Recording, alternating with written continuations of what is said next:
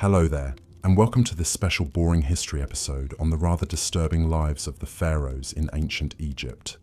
If you're looking for a calming and thought-provoking historical story to carry you off to dreamland, you've come to the right place.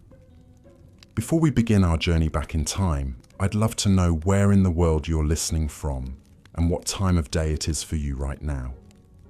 Feel free to leave a comment and say hello. And if you enjoy this type of relaxing, educational content, be sure to hit that subscribe button so you never miss an episode. Alright, let's set the stage, shall we? Imagine a land of golden deserts, lush river valleys, and monumental temples and tombs that pierce the vivid blue sky. A civilization that endured for over 3,000 years, leaving an indelible mark on human history. At the center of it all were the pharaohs, the divine rulers who wielded immense power and prestige. But behind the glittering facade of riches and royalty, the lives of these god-kings were often steeped in darkness, obsession, and shocking practices that may be hard for us to fathom today. Over the next hour or so, we'll be diving deep into the fascinating and often unsettling world of ancient Egyptian pharaohs. We'll explore their opulent daily lives inside sprawling palace complexes, their tangled webs of royal relationships and rivalries, and their unshakable belief in their own divinity. We'll also confront the pharaohs' fixation on death and the afterlife, which drove them to construct ever more elaborate tombs and funerary temples, and even led some to engage in the chilling practice of human sacrifice. By the end of our journey, we'll have encountered influential figures like Hatshepsut, Akhenaten, King Tut, and Ramses II, and trace the captivating mysteries modern archaeologists are still unraveling about their lives and times. It's a story of power, magic, obsession, and eternal legacies that have enthralled the world for centuries. So dim the lights, settle in, and let the intrigues of ancient Egypt softly whisk you away on the wings of history. But before we fully immerse ourselves in the distant past, let's first zoom out and take in ancient Egyptian civilization at its height. Stretching from around 3100 BCE to 30 BCE, ancient Egypt was one of the first and longest-lasting complex societies in human history. The kingdom was born when King Menes unified the disparate tribes of the lush Nile Valley into a single state, taking advantage of the river's fertile floodplains to fuel an agricultural revolution that would be the envy of the ancient world. Over the centuries, Egypt grew into a powerhouse of wealth, culture, and influence, its lands stretching from the Mediterranean Sea to deep into Nubia in the south.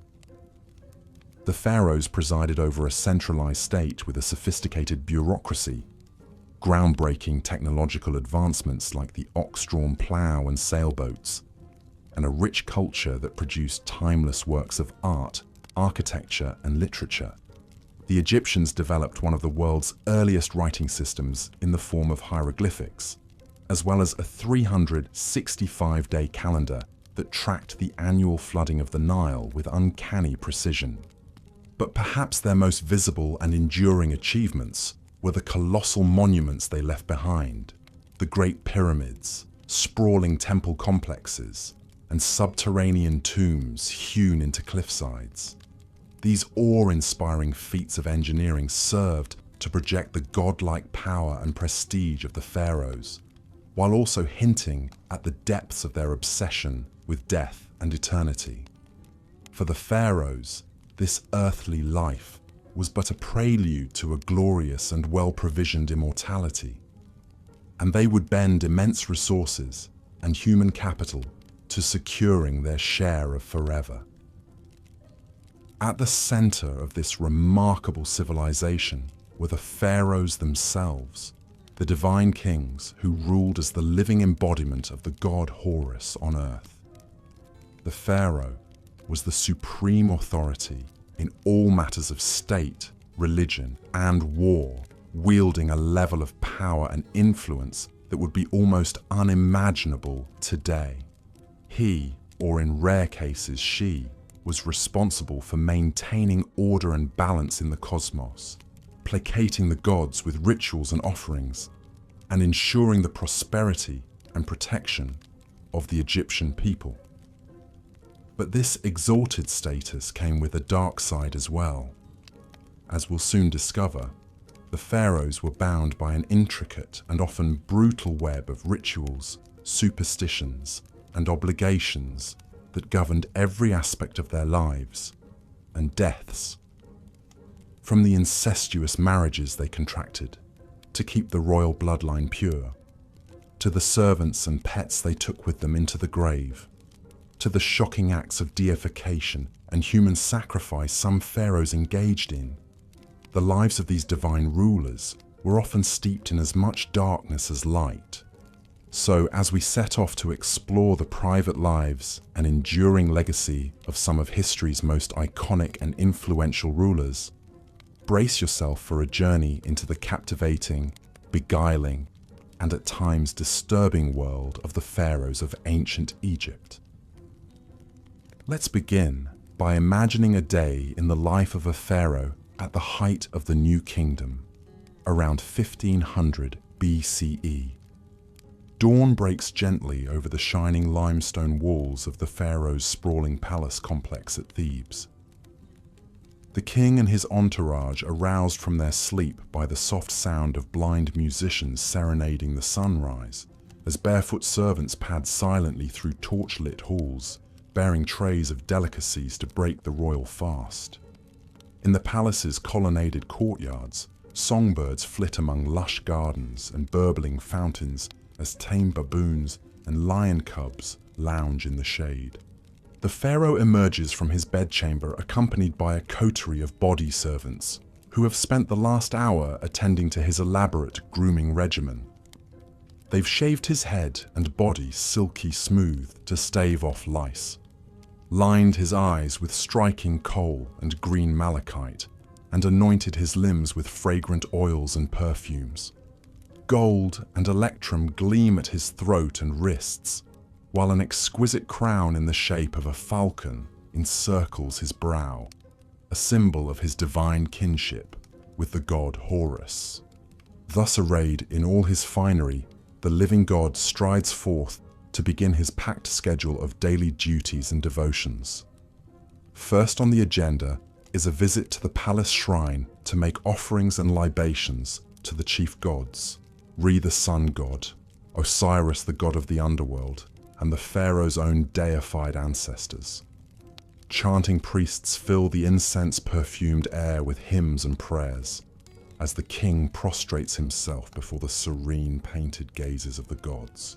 With his religious obligations discharged, the pharaoh convenes his council to hear petitions, dispense judgments, and consult on affairs of state. Seated on a golden throne, he listens as his vizier reads out the day's business. Boundary disputes to settle, trade agreements to negotiate, construction projects to oversee. Though he solicits advice from his most trusted courtiers, the final word on all matters ultimately rests with him. The day wears on in a blur of ceremonies and spectacles designed to awe the populace and reinforce the pharaoh's divine right to rule.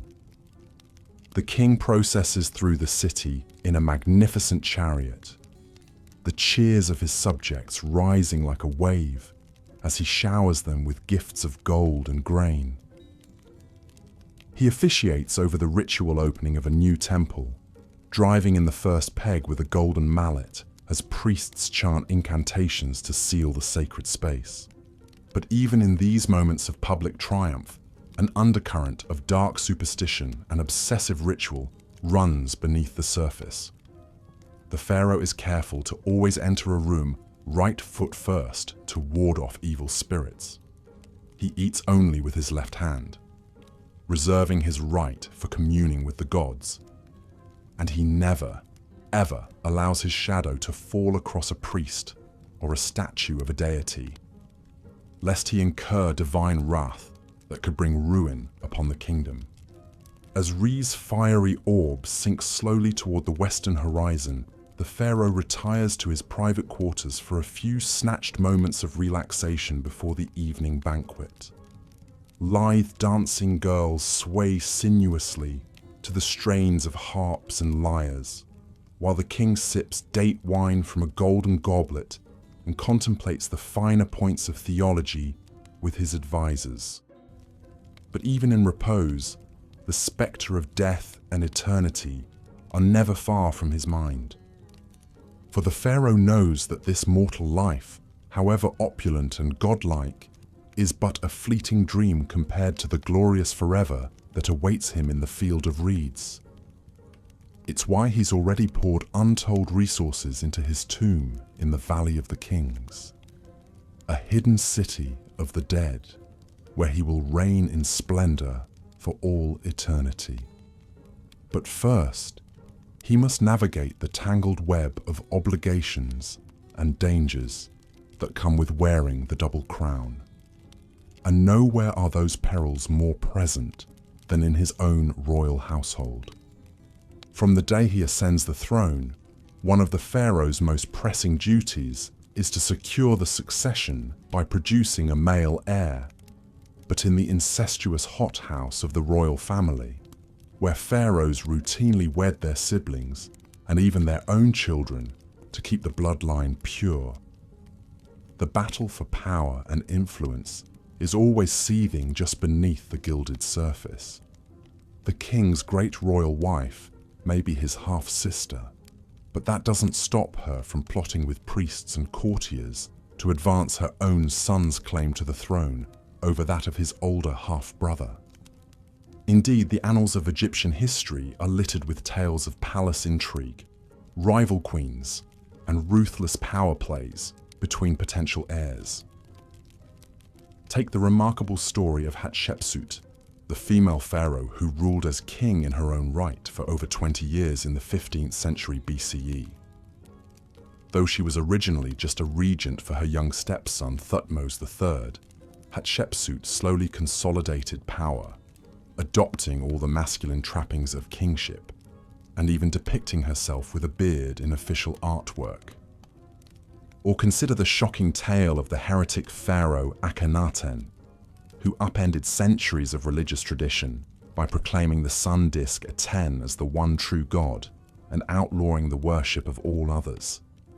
In his religious zeal, Akhenaten even changed his name from Amenhotep IV to reflect his devotion to Aten, moved the capital to a remote desert city, and persecuted the powerful priests of Amun.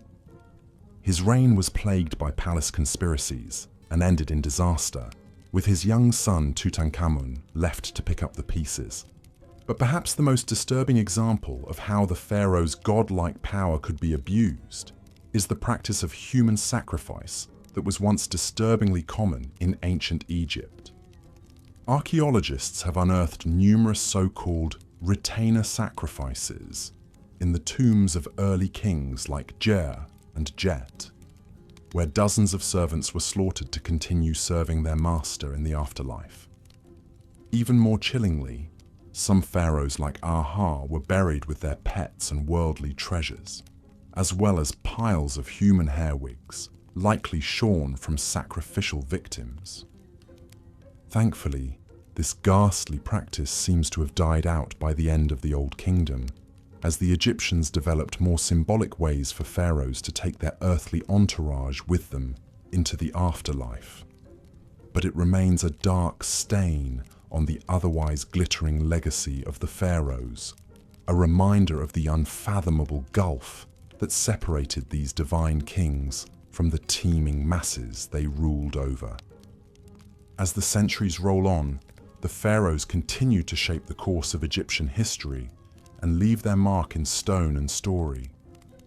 Some, like Ramses II, known as Ramses the Great, presided over the kingdom at the height of its power and splendor, their triumphs and love lives immortalized on the walls of the temples they built to their own glory. Others, like the fabled Cleopatra VII, became entangled in the high-stakes intrigues of the wider Mediterranean world, their personal charisma and political savvy the stuff of enduring legend. But perhaps no pharaoh has captured the modern imagination quite like the boy King Tutankhamun, whose lavish tomb discovery in 1922 set off a global wave of Tutmania and turned the once obscure ruler into a household name. The dazzling treasures found in Tut's tomb, from his iconic golden death mask to the nested coffins and thrones, provided an unprecedented glimpse into the opulence and artistry of a royal burial and cemented the pharaoh's reputation as the ultimate status symbols of the ancient world.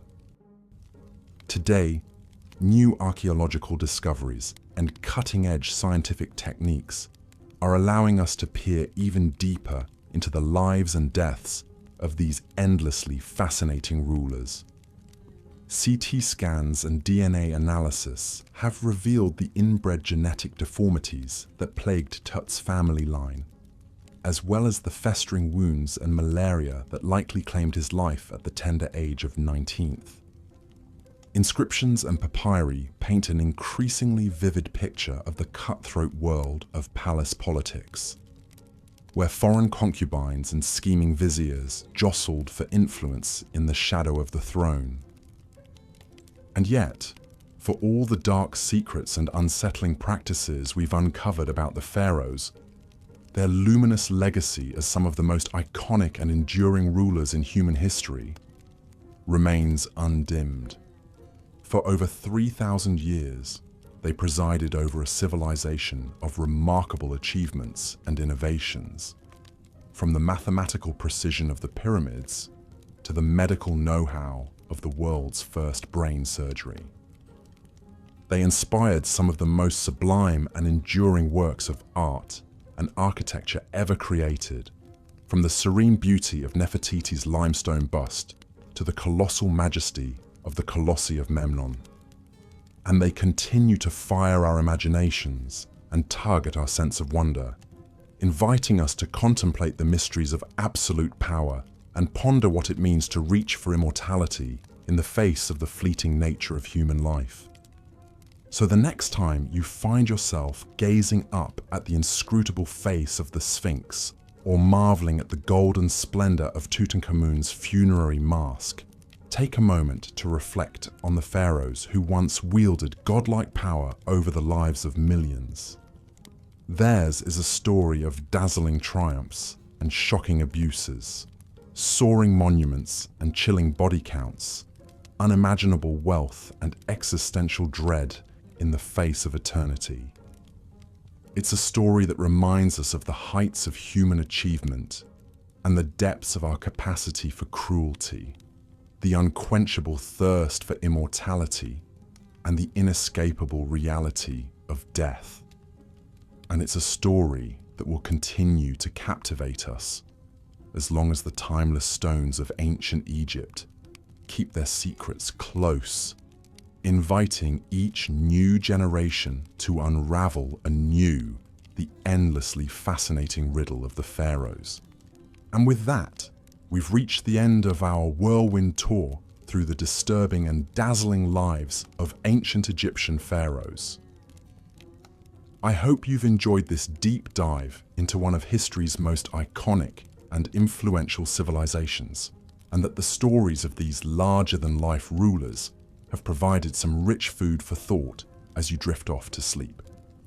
As always, thanks so much for tuning in to Boring History, and for spending a portion of your day exploring the endlessly fascinating nooks and crannies of our shared human story.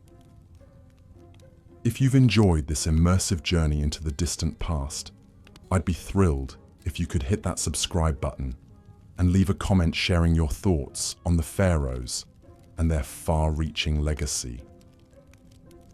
Until next time, sweet dreams, and may your reveries be filled with the golden light of the eternal sun disk, the lush reeds of the field of reeds, and the whispered secrets of the kings and queens who once ruled as living gods over the shimmering sands of ancient Egypt. Good night.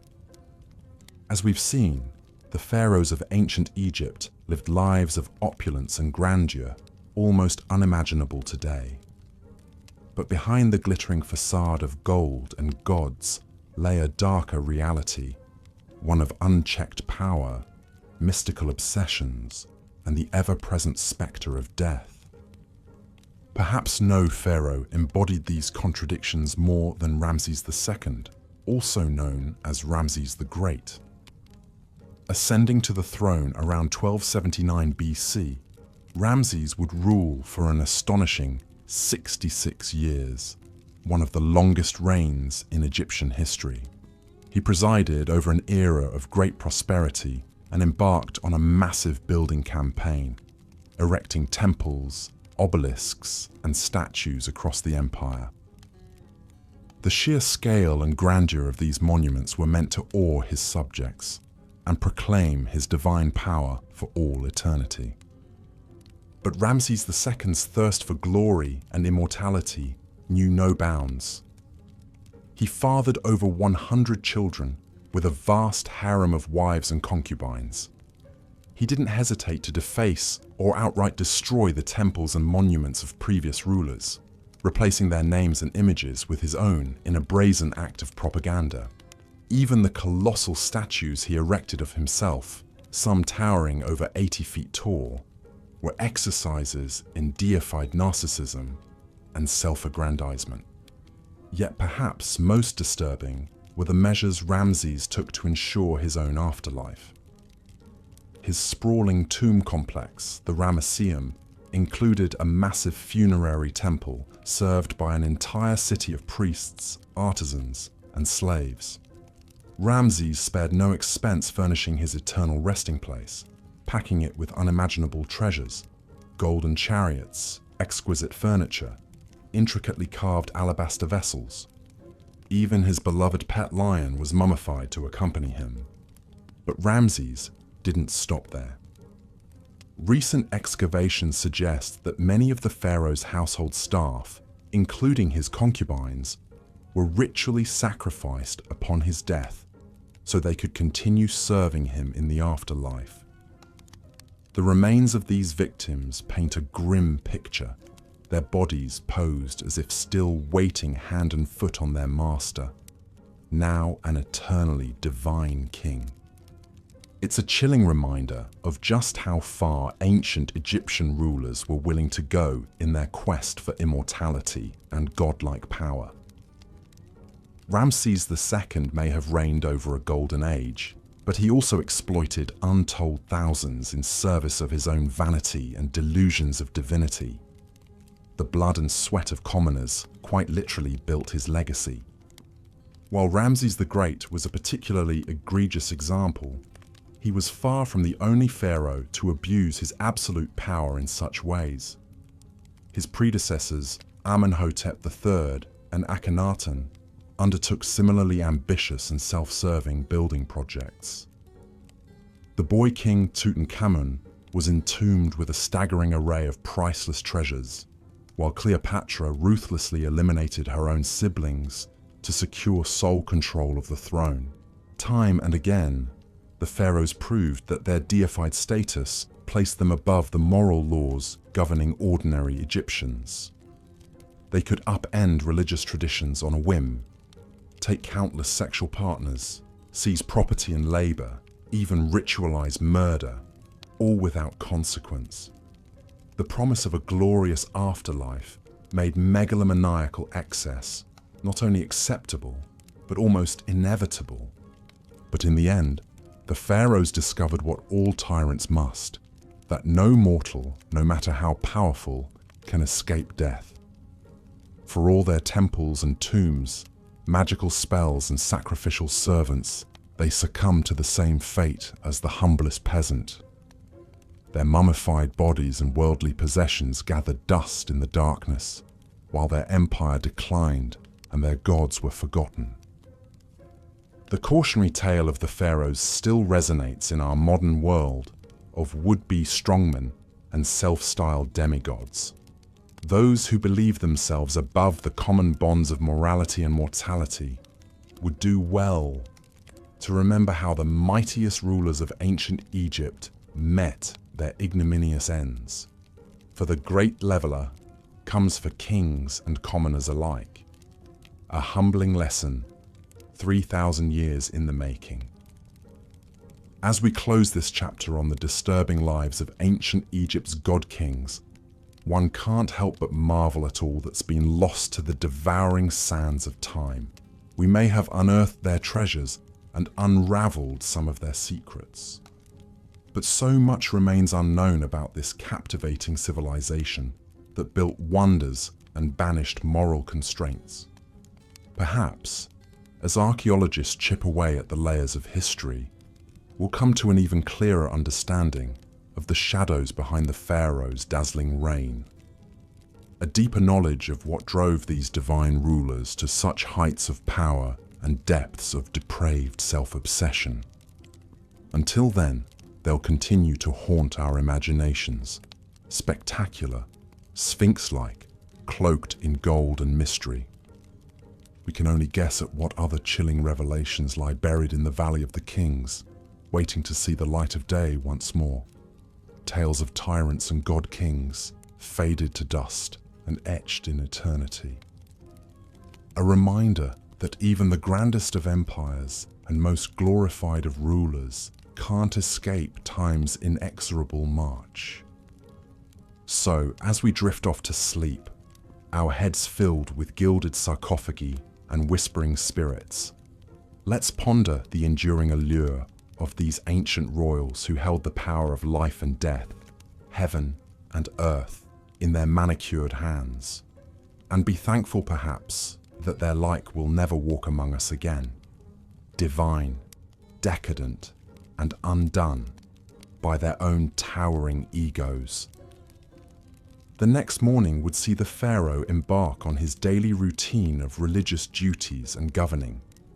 He would first bathe in a sacred pool or be cleansed with holy water by priests, a ritual believed to purify both body and spirit. The pharaoh was then dressed in the finest linens, adorned with regal symbols like the double crown, scepter, and crook. Each item held deep meaning, the crook representing his role as shepherd of his people, the flail his authority to punish enemies of Egypt. But even these mundane morning tasks were imbued with layers of spiritual significance. Every movement was like a carefully choreographed dance, governed by the strict rules of Ma'at, the cosmic order that held the universe together. To deviate even slightly from these divine protocols was to court chaos and risk the gods' wrath. It was a heavy existential burden to bear, but one seen as absolutely essential for a living god. Once attired in his divine regalia, the pharaoh would emerge from the palace to begin his packed schedule. Often first up was a visit to the temple to make offerings to the gods and perform vital rituals. As the high priest of every temple, his role was to gratify the gods and secure their continued blessings for Egypt. He would deliver offerings, recite sacred spells, and burn incense to the cult statues in the temple sanctuary. No matter how tedious, each rite had to be performed with perfect precision, like maintaining a cosmic engine. Even the subtlest mistake could have catastrophic consequences. The famous pyramid texts, carved on the walls of royal tombs, were essentially a script for the pharaoh to follow in the afterlife, guiding him through the trials to reach the blessed field of reeds. One can only imagine the intense pressure and anxiety of having to execute the rituals flawlessly, with the highest stakes imaginable riding on them. With his religious duties complete, the pharaoh would turn to the business of governing Egypt. He would meet with his most trusted advisors, viziers who acted as his eyes and ears throughout the land. They delivered reports on the political situation in Egypt and its diplomatic ties with rivals like the Nubians, Hittites, and Mesopotamians. the pharaoh would hear petitions from his people and pronounce his judgments according to Ma'at. Although the viziers oversaw the vast state bureaucracy on a day-to-day basis, the pharaoh had the final say on all matters and was expected to uphold justice. Governing a massive state was challenging enough, but the pharaoh's absolute power created its own disturbing incentives. With no real check on his whims, a pharaoh could easily succumb to corruption or tyranny if he wished. Some pharaohs imposed brutal taxes and forced labor on their subjects to build their own lavish monuments. Others grew paranoid and resorted to ruthless purges of anyone they perceived as a threat. The Ptolemaic pharaoh Ptolemy IV had his own mother and brother murdered to eliminate potential rivals to the throne. With ultimate power over life and death, even the bonds of family could turn deadly. But the pharaoh's day wasn't all blood and toil. He was also entitled to enjoy the finest earthly pleasures and leisure pursuits. He might go on a hunting expedition in the desert, firing arrows from his war chariot at fleeing lions and gazelles. The hunt was seen as a metaphor for the pharaoh's triumph over the forces of chaos that constantly threatened Egypt. A successful hunt proved his vitality and warrior prowess. The pharaoh might also indulge in a board game of senet with one of his trusted courtiers. Senet was hugely popular among the Egyptian elite and even took on spiritual dimensions. Some believed the game mimicked the soul's journey through the Duat underworld, with the final squares representing the gates of the afterlife. Here again, the lines between earthly recreation and cosmic symbolism were always blurred. As Re's journey across the sky drew to a close and shadows lengthened, the pharaoh would finally retire to his chambers after a long day of service to the two lands. But even in rest, his divine duties never ceased. The pharaoh's sleep was believed to mystically merge his Ba soul with the sun god, renewing his divine life force. It was a time of strange visions and communion with the gods, not mere repose. Enigmatic dream books have survived that were used to help interpret the pharaoh's dreams and discern divine messages in them. In one disturbing dream from the Chester Beatty Papyrus, the pharaoh Ramses II dreamt he saw Ptah, the great creator god of Memphis, standing over him with a sword. Ptah angrily chastised him for not completing his temple and struck him on his side. When Ramses awoke, he was determined to appease the wrathful deity by expediting work on the temple. Even in his own dreams, it seemed, there was no refuge from the crushing pressure of his role. The pharaoh's waking hours may have passed according to strict ritual and protocol, but his sleeping mind was an untamed landscape where deities and demons roamed freely. The same potent magic he wielded by day held sway in this nocturnal realm, for good or ill. Spells were carved on headrests and bed frames to protect the vulnerable sleeper from malign forces. This liminal space between waking and dreaming was a potent time for communing with the unseen and for divining the gods' mercurial wills. The life of a pharaoh, from sunup to sundown, was a tightrope walk between the earthly and divine, the banal and sublime. Every action, no matter how routine, took on transcendent significance. In a world pulsing with magic and portent, there could be no real distinction between sacred and profane. That pervasive aura of mysticism and symbolism infused the pharaoh's day-to-day existence, but also justified the absolute power he wielded. By upholding Ma'at in the material realm, the pharaoh sustained the proper order that kept the cosmos from dissolving into oblivion. But that same power also enabled the darkest impulses and excesses of human nature. The challenge for any pharaoh was to embody the lofty virtues of a god on earth, while still being fallible flesh and blood. Some managed that balancing act with justice and restraint, securing their people's prosperity and history's favor. Others succumbed to tyranny and caprice, leaving legacies forever tainted by cruelty. But whether revered or reviled, the pharaohs all shared an existence profoundly alien to our modern sensibilities, where the scope of one's actions held literally life and death stakes for an entire civilization. The pharaoh's day typically began at sunrise with a ceremonial cleansing by priests, followed by a grand procession out to the main temple for ritual offerings and worship. As a living god, this direct link to the divine was the pharaoh's most vital duty, necessary to maintain Ma'at. He would present statuettes of himself as offerings and libate wine, milk, and other precious liquids before the gods. Incense would be burned, prayers recited, and sacred magic enacted through liturgies and hymns. After the morning rituals, the pharaoh would attend to the business of state, receiving ministers' reports, settling legal cases, and issuing decrees on everything from irrigation projects to mining expeditions.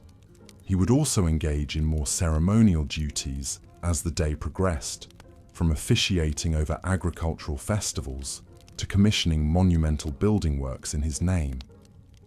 The pharaoh's workday was interspersed with breaks for meals, recreation, and rest.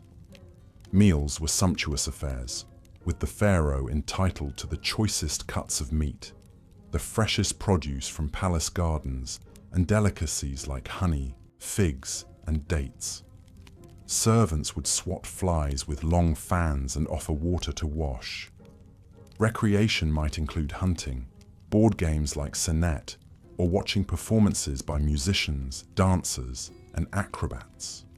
Some pharaohs enjoyed swimming in palace pools or taking a languorous barge ride down the Nile.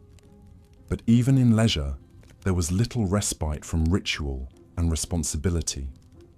If the pharaoh opted for a pleasure cruise, it would be aboard a gilded barge hung with fluttering pennants, rowed by crews of servants as he relaxed under a canopy with his family and courtiers. If he retired to his harem for the evening, he was still expected to spend time with his great royal wife and produce heirs to secure the dynasty.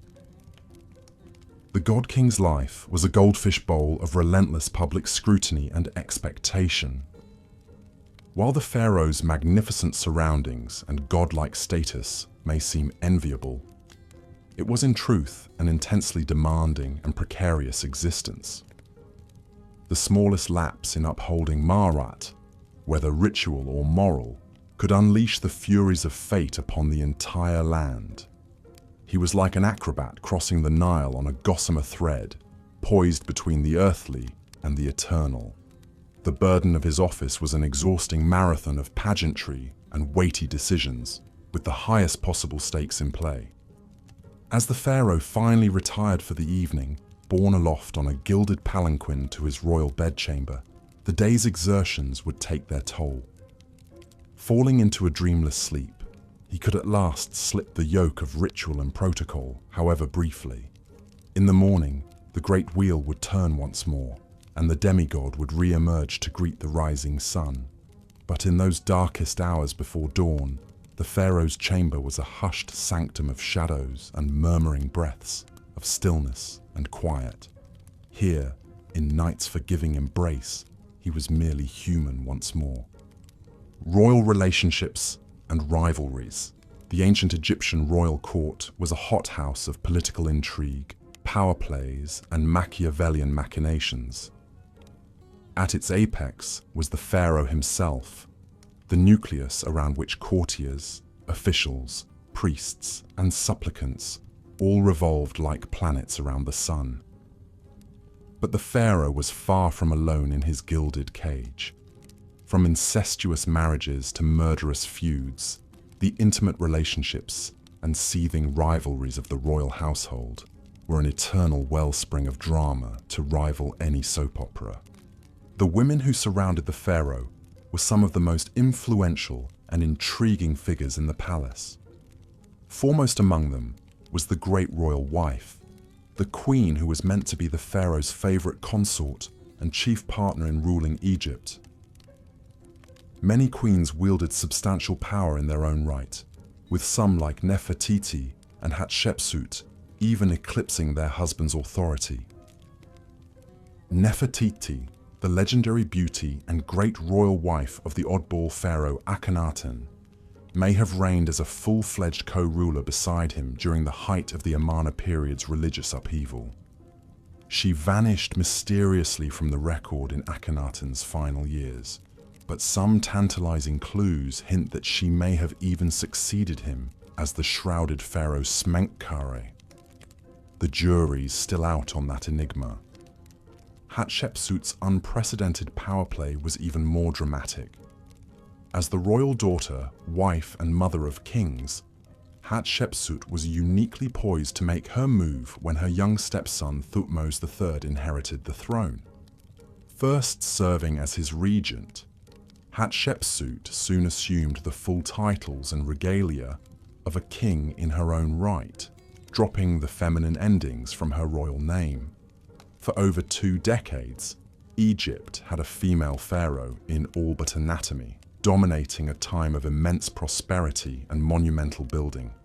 Only after her death did Thutmose III emerge from the shadow of his formidable stepmother.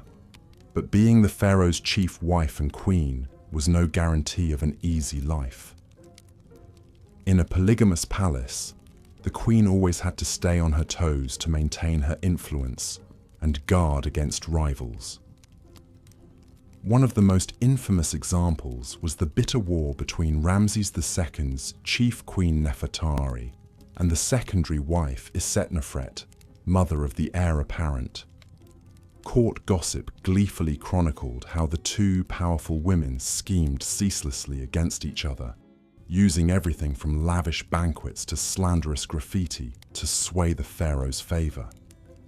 The stakes in this Game of Thrones were immensely high, as queens vied to secure the succession for their own sons. Isetnofret ultimately triumphed, living to see her son Meneptah take the throne, but only after decades of cutthroat intrigue. Such vicious rivalries between a pharaoh's wives were par for the palace course. Incest was another queasy quirk of royal marriages, seen as essential to safeguarding the sacred bloodline. Pharaohs often married their sisters, daughters, and even mothers in an attempt to keep the royal lineage as pure as possible. The Greek Ptolemaic dynasty took this to extremes, with the family tree knotting back on itself in a snarled tangle of repeated incestuous unions. Cleopatra VII, the most famous Ptolemy of all, was actually the product of at least 3 generations of uninterrupted brother-sister marriages. Her family seemed to be competing to rack up the most convoluted incestuous relationships, with uncle-niece and even double-sibling matches thrown in for good measure. Ironically, all this incestuous inbreeding may have produced the genetic quirks and mental instability that ultimately doomed the dynasty. But incest in the royal family wasn't just a Ptolemaic phenomenon. It was an age-old custom dating back to the mythical origins of Egyptian kingship itself. The pharaoh was seen as the earthly embodiment of Horus, the divine son of Osiris and Isis, a brother-sister pair who also happened to be husband and wife. By emulating the gods' incestuous marriage, the pharaoh was upholding the cosmic order and literally following in the footsteps of the gods. Of course, such sibling marriages must have taken a heavy toll, both psychologically and genetically. The famous Tutankhamun was the sickly, short-lived product of an incestuous match between Akhenaten and his sister. His congenitally deformed foot and cleft palate point to the deleterious effects of inbreeding. But to the ancient Egyptians, purity of blood was far more important than genetic diversity. Incest was therefore not a taboo, but a sacred tradition. If rivalries between wives were vicious, those between potential heirs could be downright murderous. Primogeniture was not a hard and fast rule in ancient Egypt, meaning that any son or even daughter of the pharaoh could potentially make a play for the throne. This often led to cutthroat power struggles and grim succession crises as rival princes schemed to eliminate their competitors. One notorious example was Amenemhat I, the founder of the powerful 12th dynasty. An advisor to the previous king, Amenemhat launched a successful coup and had himself crowned as the new pharaoh.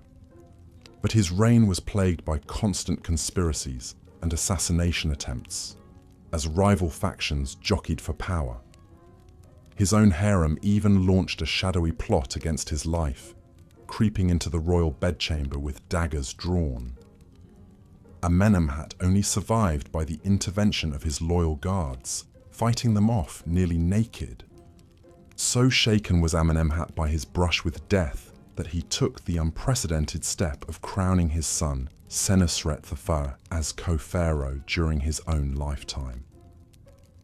By securing the succession early, Amenemhat aimed to stave off further intrigues and smooth the transfer of power.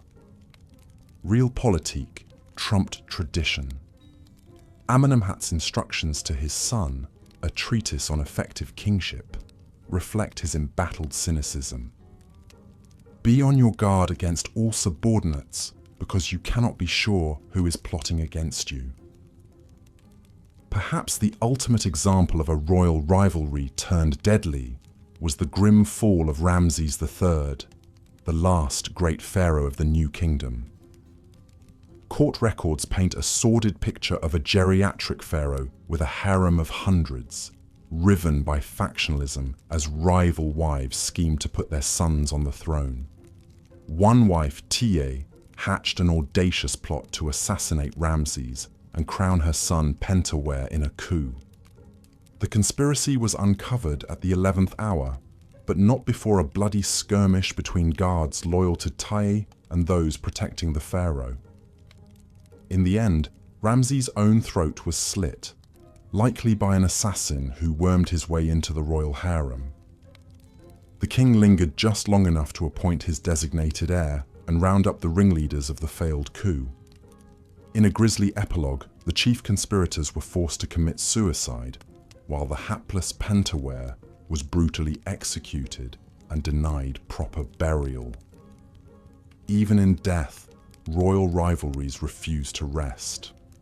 Such ruthless intrigues and lethal power plays were all too common in the pharaoh's court, where the knives were perpetually out. Trust and loyalty were luxuries few could afford, with even family members potential enemies vying for position. Caught in this tangled web of shaky alliances and seething resentments, the pharaoh had to walk a razor's edge, vigilantly balancing factions while watching his own back. Heavy was the head that wore the double crown. Gods on earth, the pharaoh as divine ruler.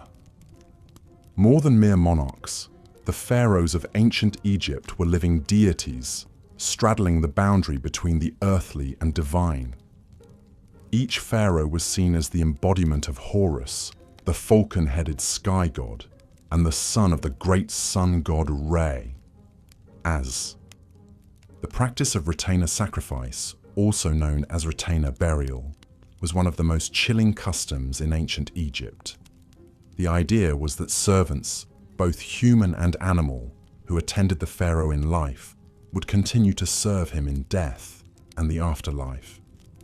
This was seen as an honor, to accompany one's king for eternity.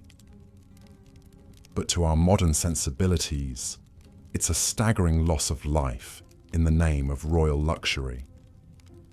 Some of the earliest evidence of retainer sacrifice comes from subsidiary graves around the royal tombs of the First Dynasty pharaohs at Abydos. These subsidiary graves contain the remains of servants, as well as food, furniture, jewelry, and tools. all the things deemed necessary to serve the pharaoh in the afterlife. The tomb of King Djer is a striking example. Excavations revealed 318 subsidiary burials around his tomb, with servants' bodies arranged in neat rows, believed to have been sacrificed upon Djer's death. Even more unsettling are the animal sacrifices found in pharaonic tombs. Many kings were buried with their beloved pets to keep them company, hunting dogs, cats, monkeys, gazelles, and more. But some animal graves are on a whole different scale. The tomb of King Horahar contained 10 donkeys that had carried his funeral gifts. King Nama's tomb held 10 dogs. The first dynasty pharaoh Waj was even buried with no less than 12 baboons, creatures considered sacred to the god Thoth. But perhaps the most bizarre burial good of all was human hair, lots and lots of it. Archaeologists uncovered a staggering 30 million animal mummies and 80 tons of human hair in a series of vast catacombs beneath the temple of Anubis at Saqqara. Much of this hair is believed to have been shorn from servants and offered to the jackal-headed god of embalming as a plea for the deceased pharaoh's safe journey to the afterlife. As staggering as these numbers are, it's important to note that human sacrifice was not constant throughout ancient Egyptian history. It seems to have been practiced only in the early dynastic period, phasing out as mummification and more symbolic burial goods took precedence. By the time of the New Kingdom, human sacrifices had disappeared, replaced by Shabti figurines meant to magically come alive and act as servants in the afterlife. Still, those early royal tombs with their grim galleries of subsidiary burials leave a lasting and haunting impression. They speak to the absolute power of the pharaohs and the value placed on their post-mortem comfort above all else. Even in death, the pharaohs commanded the living. Their sacred status meant their journey to the afterlife was all that mattered, no matter how many had to die to ensure it. This is perhaps best summed up by the inscription on the tomb of the 6th dynasty courtier, Reni the Elder. He proudly describes his role in building the royal tomb, saying, "His Majesty sent me to Ebet to bring the sarcophagus with its lid, and the costly, august pyramidion for the pyramid called Menara Shines and is Beautiful of the Queen. I did it all in the completeness and exactness which His Majesty loves." The pharaoh's eternal resting place was paramount, sparing no expense, effort, or life. But not all pharaohs clung to these dark, sacrificial practices. The reign of Akhenaten, the controversial king who upended Egyptian religion by worshipping only the sun disk Aten, is notable for its lack of evidence of human sacrifice. Akhenaten moved the capital to a new city, Akhetaten, known today as Amarna. Here he built a royal tomb with no subsidiary graves, perhaps signaling a shift in funerary customs to match his religious reforms. However, Akhenaten's changes were short-lived. After his death, his son Tutankhamun and successors returned to the old gods and traditional practices. Tut's own famous tomb, discovered in 1922, was stocked with all the traditional grave goods and mummified remains of his several stillborn daughters. Though not sacrificed in the old way, these children still accompanied him to the afterlife as eternal reminders of his divine blood. And so, even as human sacrifice waned, the pharaonic obsession with the afterlife never did. The mummification process grew ever more elaborate, with pharaohs like Seti the Firm and Ramesses II going to their eternal rest in multi-room, hidden tombs filled with every earthly treasure. They were still meant to live forever as gods among the gods, even if their retinue of ghostly servants was now rendered in wood, clay, and stone rather than flesh and blood. This enduring belief in the pharaoh's divinity, in earthly eternity attained, is perhaps their most lasting legacy. Long after their tombs were looted and bodies scattered, the pharaohs are still with us, resurrected in our history books and museum galleries. We still speak their names: Khufu, Nefertiti, Hatshepsut, Tutankhamun, and marvel at their monuments. They built for eternity, and in many ways they achieved it, though not as they might have imagined. For the pharaohs, eternal life was a given, a birthright of their divine status. For their subjects, the afterlife had to be earned through service, both in this life and the next. This fundamental divide, the chasm between the god-kings and the rest of humanity, is what makes their world at once so dazzling and so alien to our eyes. It was a world where one person, by accident of birth, could command the living and the dead, move mountains and rivers, and shape the very landscape of eternity. That was the power and the burden of the pharaohs, the sun-sons of ancient Egypt, who lived, ruled, and died as gods on earth. And yet, for all their power and splendor, the pharaohs were still mortal men and women. They suffered from the same human frailties: disease, injury, family drama, political intrigue. They just did so on a much grander scale, befitting their exalted status.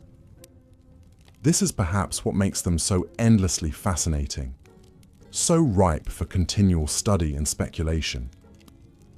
They were larger than life, but still life-sized.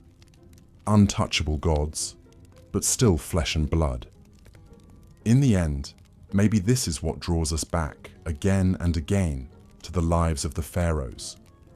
They built the pyramids and great sphinx, grand temples and hidden tombs, but they also loved their children, mourned their dead, and hoped for eternity.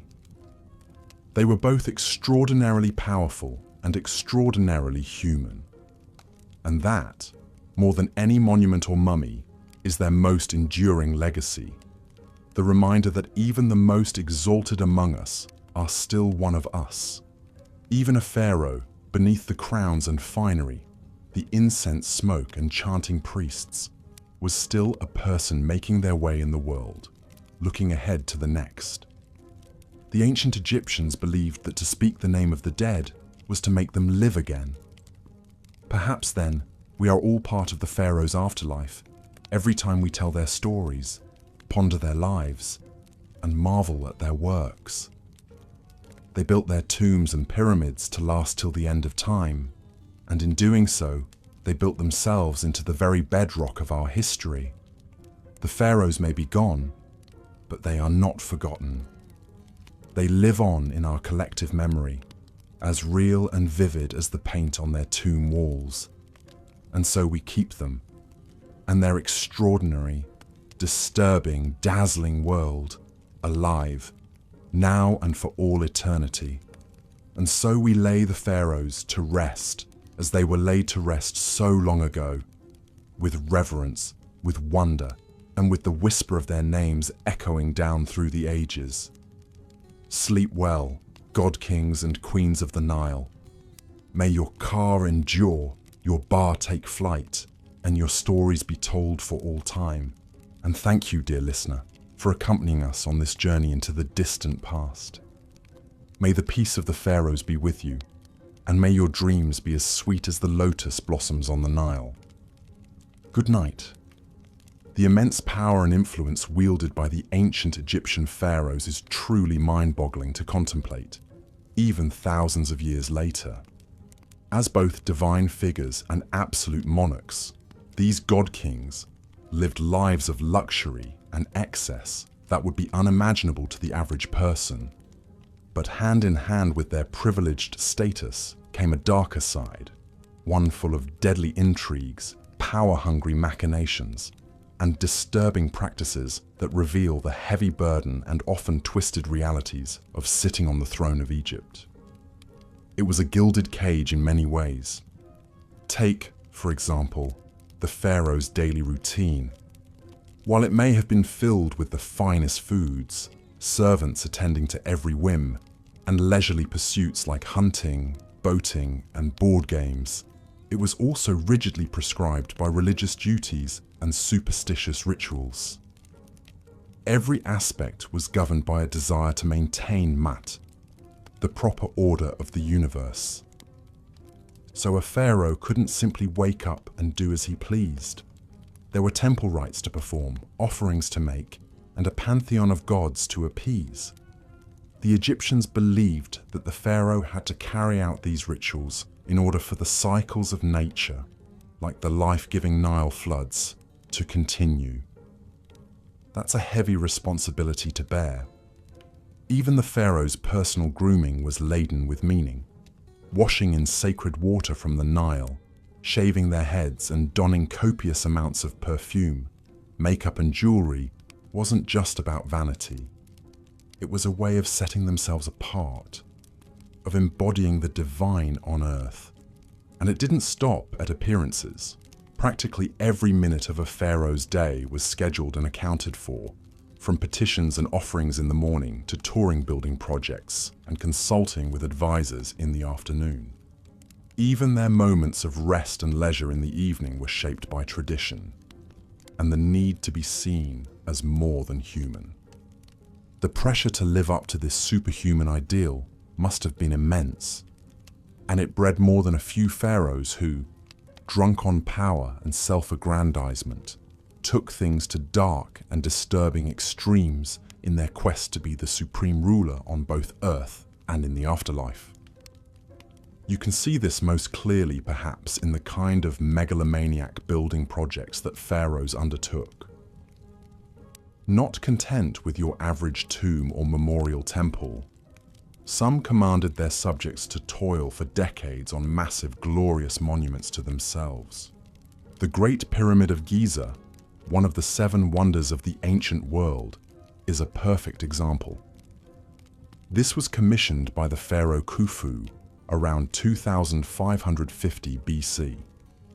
Standing over 480 feet tall and comprised of over 2 million limestone blocks, it was the tallest man-made structure in the world for almost 4,000 years.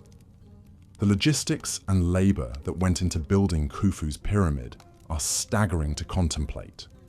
Stones weighing an average of over 2 tons had to be quarried, transported, and assembled with absolute precision, using only primitive copper chisels, bronze saws, wooden rollers and sleds, ramps, levers, and pulleys. Experts estimate it took over 20,000 workers and as long as 27 years to complete. And for what? All to house the corpse of one man and ensure his safe passage to the afterlife.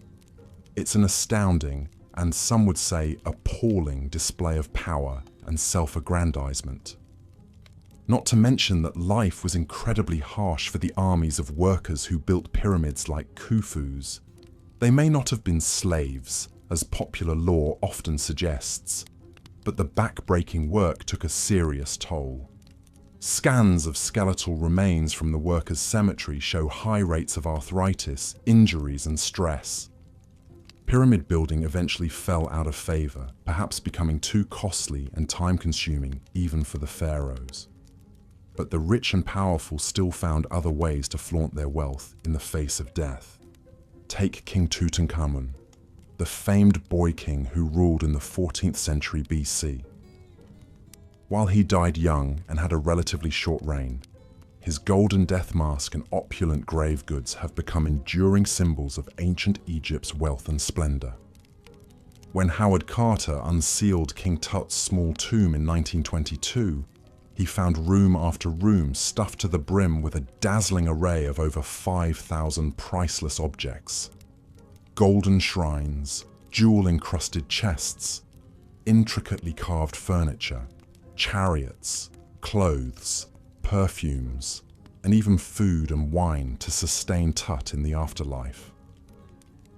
the sensational discovery ignited a wave of mania around the world and introduced millions to the glories of ancient Egypt. But it also highlights the phenomenal excess enjoyed by the pharaohs, even the minor ones like Tutankhamun.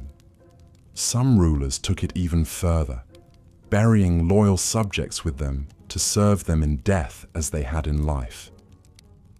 This is a practice known as retainer sacrifice, and evidence for it has been found in some of the earliest royal tombs, going back to the first dynasty around 3000 BC.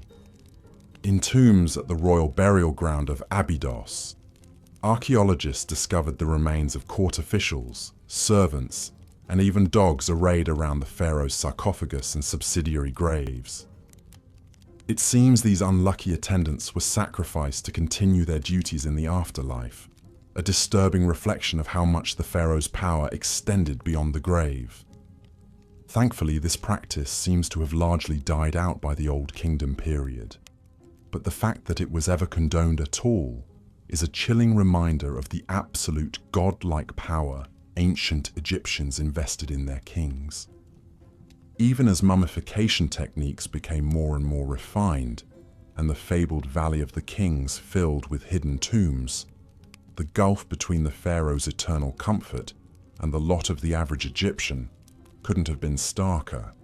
While the royals enjoyed gold, jewels, and linen wrappings in the afterlife, most people had to make do with a simple pit grave and a few humble trinkets, if that.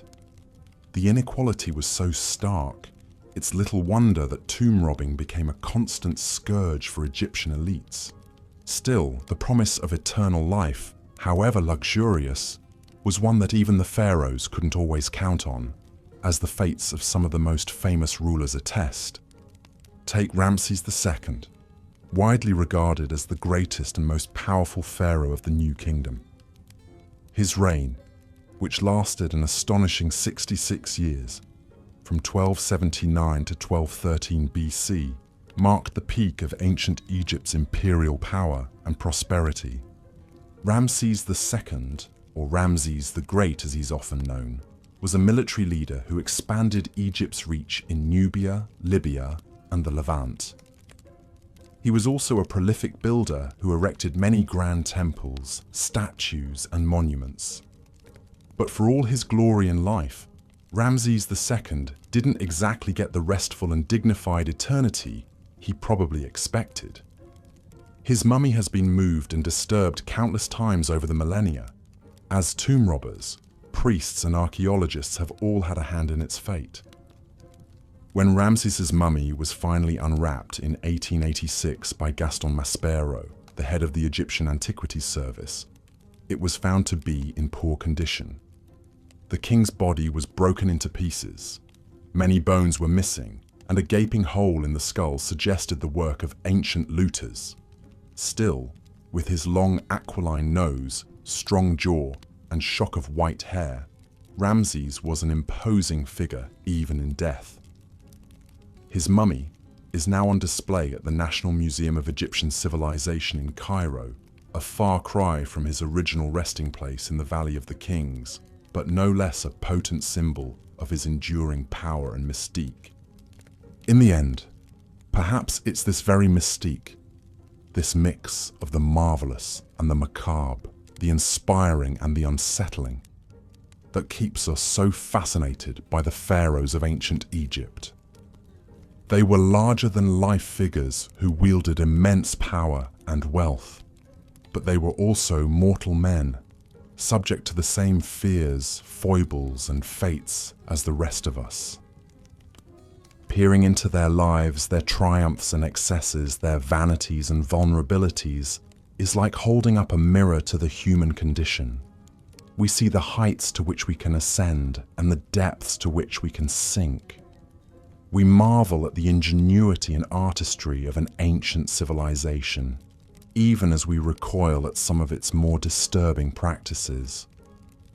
Most of all, we come face to face with the stark realities of power, its seductions and its pitfalls, its uses and its abuses.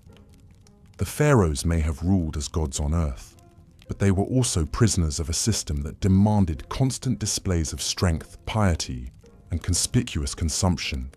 In that sense, perhaps we can even feel a twinge of sympathy for these divine rulers, trapped in their gilded cages, burdened with the weight of an entire civilization's hopes, dreams, and fears.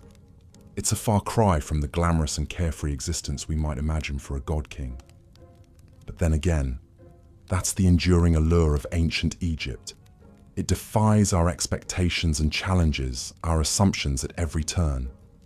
It is a civilization that was at once familiar and alien, majestic and monstrous, enlightened and benighted.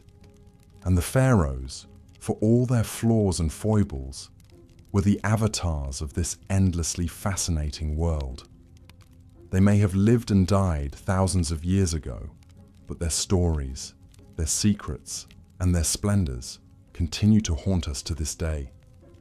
We will likely never fully unravel all the mysteries of the pharaohs and their world, but that doesn't stop us from trying.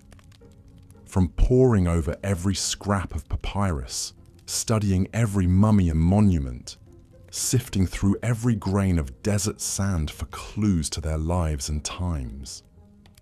In a way, that's the greatest legacy of the pharaohs, not the pyramids or the golden treasures, but the enduring sense of wonder and curiosity they inspire in us, the tantalizing glimpse they offer into a world at once vanished and vivid, lost and everlasting. So perhaps the real question is not what we can learn from the pharaohs, but what we can learn about ourselves in our endless fascination with them. What does our obsession with these ancient rulers say about our own hopes, dreams, and fears? What does it reveal about our relationship to power, to death, to the eternal mysteries of the human heart? These are questions that may never have definitive answers, but they are worth pondering nonetheless, just as the pharaohs themselves continue to beguile and bewilder us, inviting us to explore ever deeper the labyrinthine recesses of their world and our own. And so, the story of the pharaohs endures as it has for millennia, a tale of power and pathos, of glory and despair, of the eternal dance between light and shadow that defines the human condition. It is a story that will continue to be told and retold, as long as there are those who seek to peer behind the veil of history and glimpse the faces of those who once ruled as gods among men. The pharaoh would begin his morning ablutions in an ornate limestone washroom, where a small army of servants waited to assist their living god.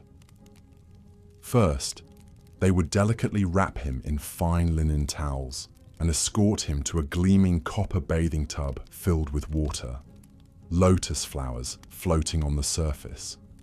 As he stepped in, the servants would carefully wash the pharaoh's body with natron, a mineral salt that cleansed and softened the skin. They paid special attention to his hands and feet, gently scrubbing away any dirt or impurities.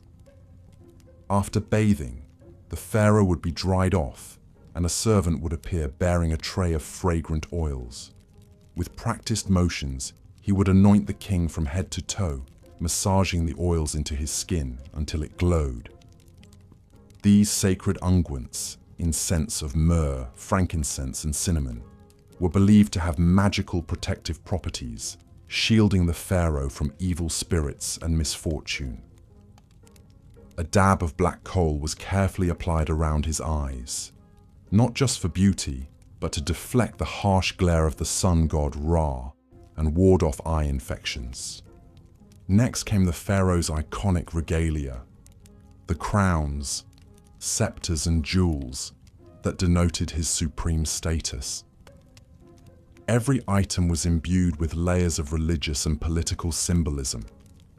The distinctive double crown, for example, represented the unification of Upper and Lower Egypt under the pharaoh's divine rule.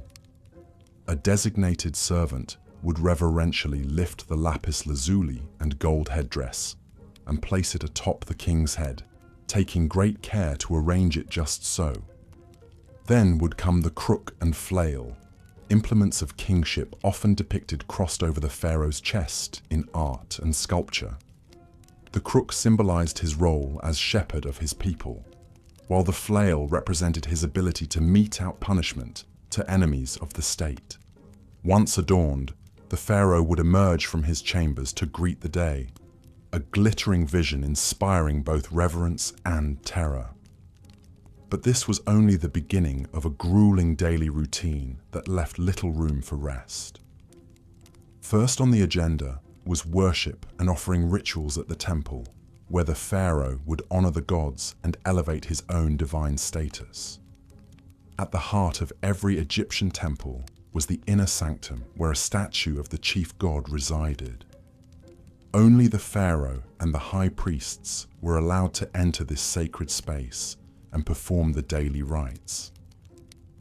The king would prostrate himself before the god's image, reciting prayers and burning incense. He would present lavish offerings of food, drink, clothing, and jewelry, symbolically giving the god all the best produce of the land. In return, the deity would bestow divine favor and protection on Egypt and empower the pharaoh to rule wisely and defeat his enemies. This sacred transaction between the king and the gods was the bedrock of Egyptian cosmic order. But it was also a daily reinforcement of the pharaoh's precarious position. His people believed his piety and right conduct literally sustained the cycles of the sun, the Nile floods, and the agricultural bounty of the kingdom. It was a heavy responsibility to shoulder day in and day out. With his religious duties complete, the pharaoh would begin the real work of governing, a task he largely delegated to his most trusted advisors. The pharaoh's prime minister, known as the vizier, oversaw the sprawling administrative apparatus that kept the kingdom running smoothly. A huge bureaucracy of scribes, tax collectors, and local officials managed everything from recording the Nile flood levels and grain harvests to dispensing justice in the courts. But the pharaoh was expected to take an active role in decision-making on key issues like diplomacy, trade, and monumental building projects. He would consult with his advisors in an audience chamber, seated on a golden throne flanked by statues of the falcon god Horus and the cobra goddess Wadjet. Painted on the walls around him were scenes of the pharaoh smiting foreign enemies and offering to the gods, potent reminders of his larger-than-life duties. Seated at his feet on a dais would be his great royal wife, the queen who bore the next heir to the throne. The vizier and other courtiers would bow low before the royal couple, hands raised in supplication, awaiting their orders. Messengers and petitioners would be ushered in to deliver reports on the state of the kingdom or beg boons from the pharaoh. There might be disturbing news of a military skirmish at the border requiring the king to marshal his armies, or a request to send aid to a region facing drought and famine. Diplomats from foreign lands would present tribute and tokens of respect in exchange for trade concessions and treaties. The pharaoh would hear each matter in turn, consulting with his advisors and rendering judgments with an authority that could not be questioned. Even in his leisure time, the king was performing his royal role. He would go on ceremonial hunting expeditions in the desert, firing arrows at lions and other big game from a speeding chariot. This was a demonstration of his physical prowess and mastery over the wild forces of nature. Important propaganda in a world where might made right. He would also preside over jubilant religious festivals, like the Opet festival celebrating the link between the pharaoh and the great god Amun-Ra. In a spectacular river procession, the pharaoh would accompany statues of the Theban triad of gods on a barge sailing down the Nile, as huge crowds thronged the banks to cheer them on. At the end of a long day, the pharaoh would retire to his private quarters, where he might indulge in more earthly pleasures. Many kings kept harems of secondary wives and concubines, in addition to their great royal wife.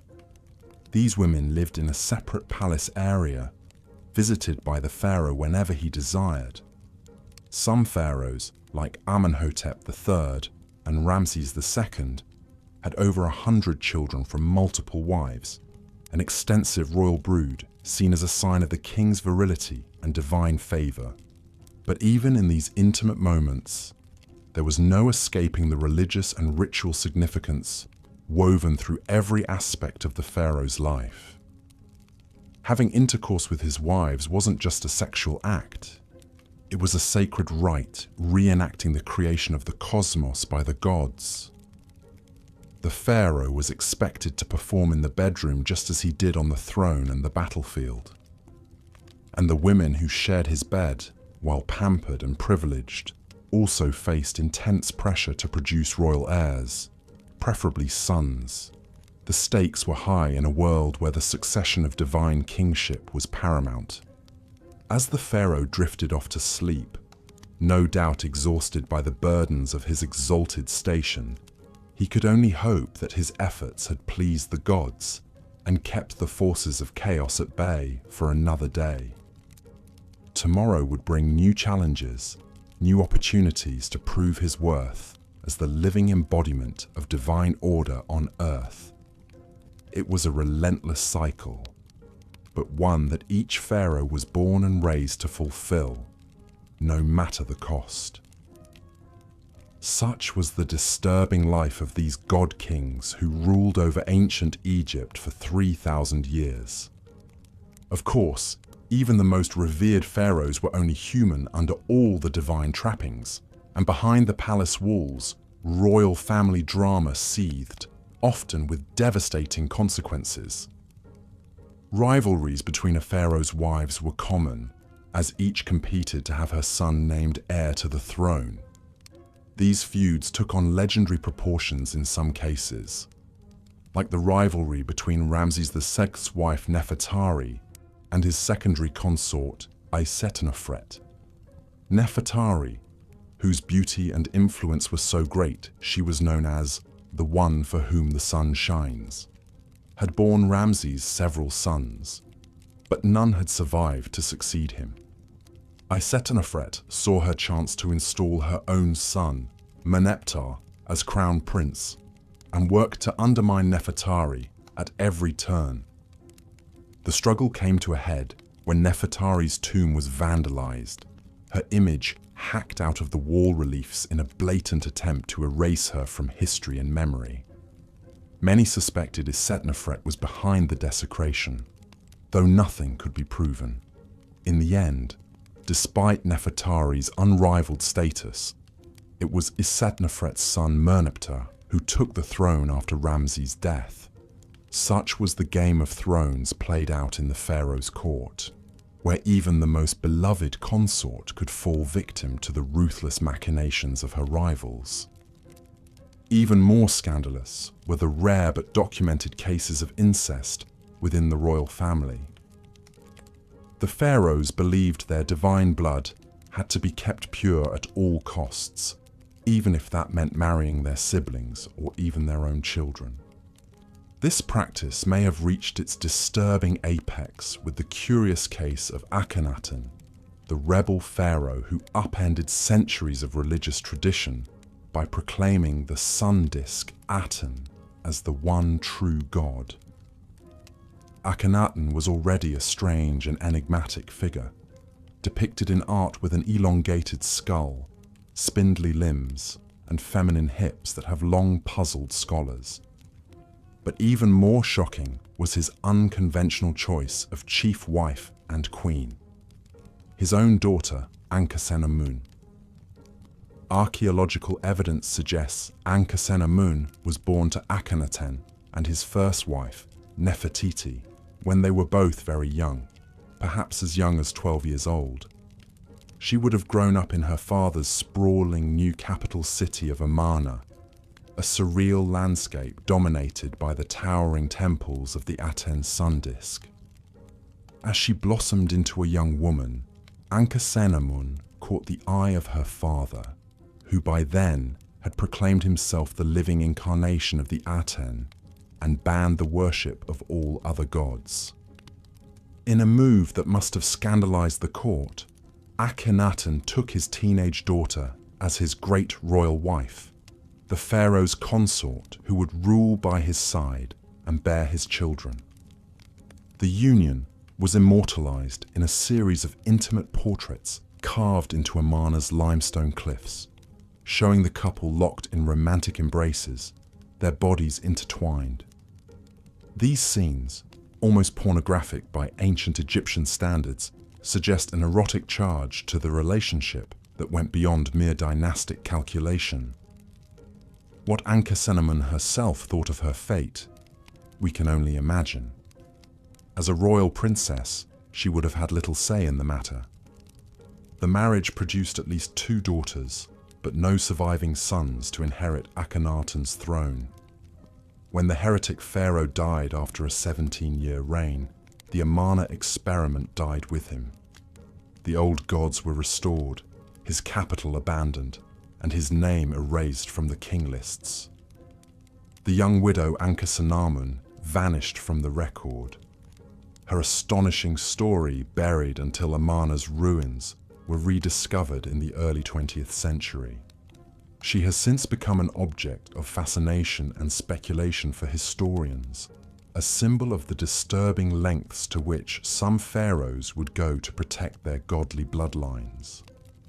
Such was the strange and secretive world of the pharaoh's royal family, a hothouse of intrigue and power struggles played out against the backdrop of divine kingship. The pharaoh may have been worshipped as a god on earth, but he was also a man with all too human appetites and frailties, and those closest to him, the women and children of his household, often paid the highest price for their proximity to power. From incestuous marriages to murderous rivalries, the private lives of the pharaohs were every bit as dramatic and disturbing as their public reigns. But for all the darkness and dysfunction lurking behind palace walls, the pharaohs never lost sight of their ultimate obsession, their own divinity and immortality.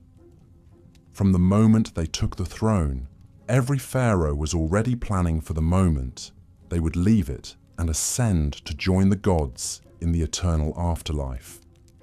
And no pharaoh undertook this quest for immortality more assiduously or on a grander scale than the builder of the Great Pyramid of Giza, the legendary Khufu.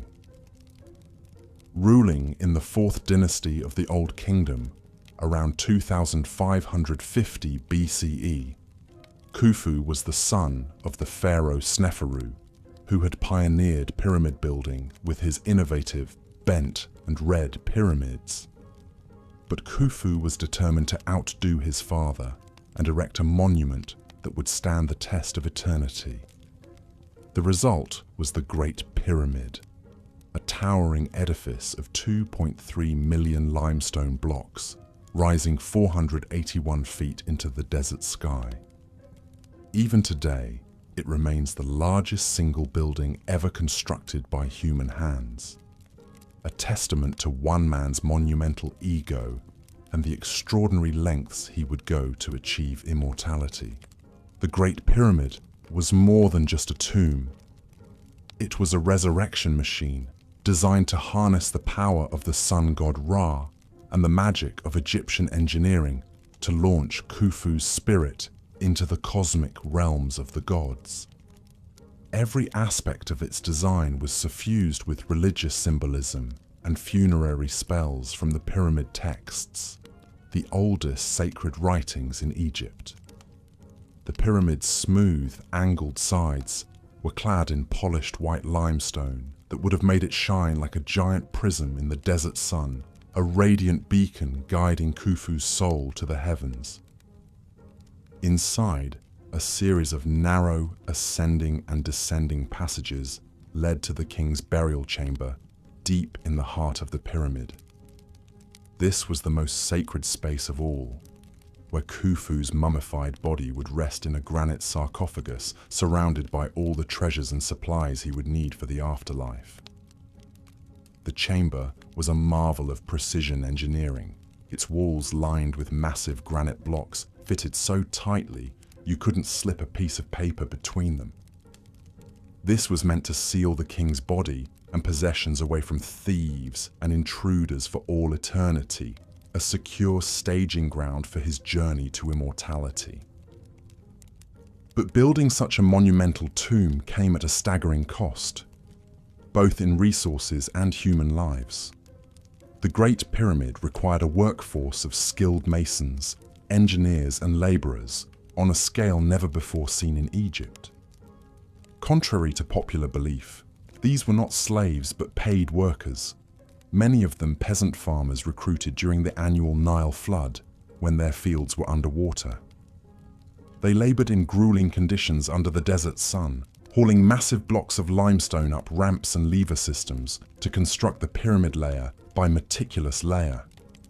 Overseeing this vast operation was the pharaoh's cousin Hemiunu, the royal architect who had designed the pyramid and now managed its construction like a military campaign. He commanded an army of overseers and foremen who pushed the workers to their limits, driven by the knowledge that the pharaoh's immortality depended on their speed and precision. Accidents and deaths were an accepted part of the job, with some workers even buried in the shadow of the pyramid they had died building. The human cost of Khufu's ambition was immense, but to the pharaoh, it was a price worth paying for eternal life. He saw himself as a divine being, a god incarnate whose spirit would live forever among the stars of the northern sky.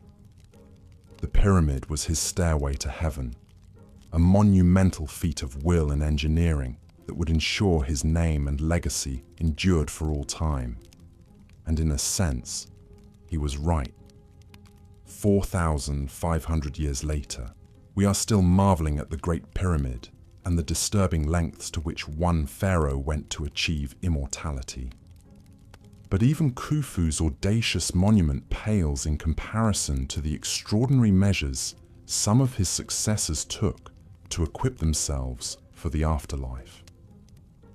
As the prosperity and power of the Old Kingdom waned, later pharaohs became increasingly obsessed with their own mortality and the fate of their eternal souls. They poured their dwindling resources into ever more elaborate tombs and mortuary temples, desperately trying to guarantee their place among the gods. This desperate quest for immortality reached its macabre apex with the practice of retainer sacrifice, the burial of servants alongside the pharaoh to attend him in the afterlife. The most chilling example comes from the tomb of the First Dynasty pharaoh Jer at Abydos, where archaeologists uncovered the remains of 318 individuals, men, women, and even children, who had been sacrificed and buried in neat rows outside the king's funerary enclosure. The scale of the carnage is staggering, the largest known case of human sacrifice in ancient Egypt. The victims appear to have been palace servants, members of the royal household who were selected to serve the king in death as they had in life. They were likely killed by strangulation or a blow to the head, their bodies hastily mummified and buried with minimal grave goods. Some were even interred in coffins bearing their own names, a poignant reminder of their individual identities and the violent fate that awaited them. What could have motivated such a mass slaughter? For the pharaoh and his priests, it was a natural extension of the king's divine power, his ability to command obedience and service, even beyond the grave. The servants were seen as privileged to be chosen for this sacred duty, their sacrifice a necessary part of ensuring the pharaoh's eternal well-being. But one can only imagine the terror and despair of those selected, knowing they would soon be joining their master in death. This disturbing practice appears to have been relatively short-lived, dying out by the end of the Old Kingdom. But it speaks to the incredible power and allure of the afterlife in ancient Egyptian culture, and the extreme lengths to which some pharaohs would go to secure their place in it. The idea of an eternal existence beyond death, where the pharaoh would reign supreme among the gods, was so intoxicating that it justified even the most horrific acts of violence and sacrifice. And it wasn't just human servants who. As the centuries passed, ancient Egypt's New Kingdom period gave way to the Late Period, a time of foreign invasions and rule by outside powers.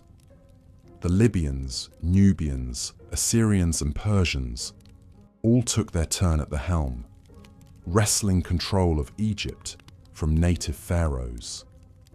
But perhaps no foreign power left quite as indelible a mark as Alexander the Great and the Greek Macedonian Ptolemaic dynasty he left in his wake.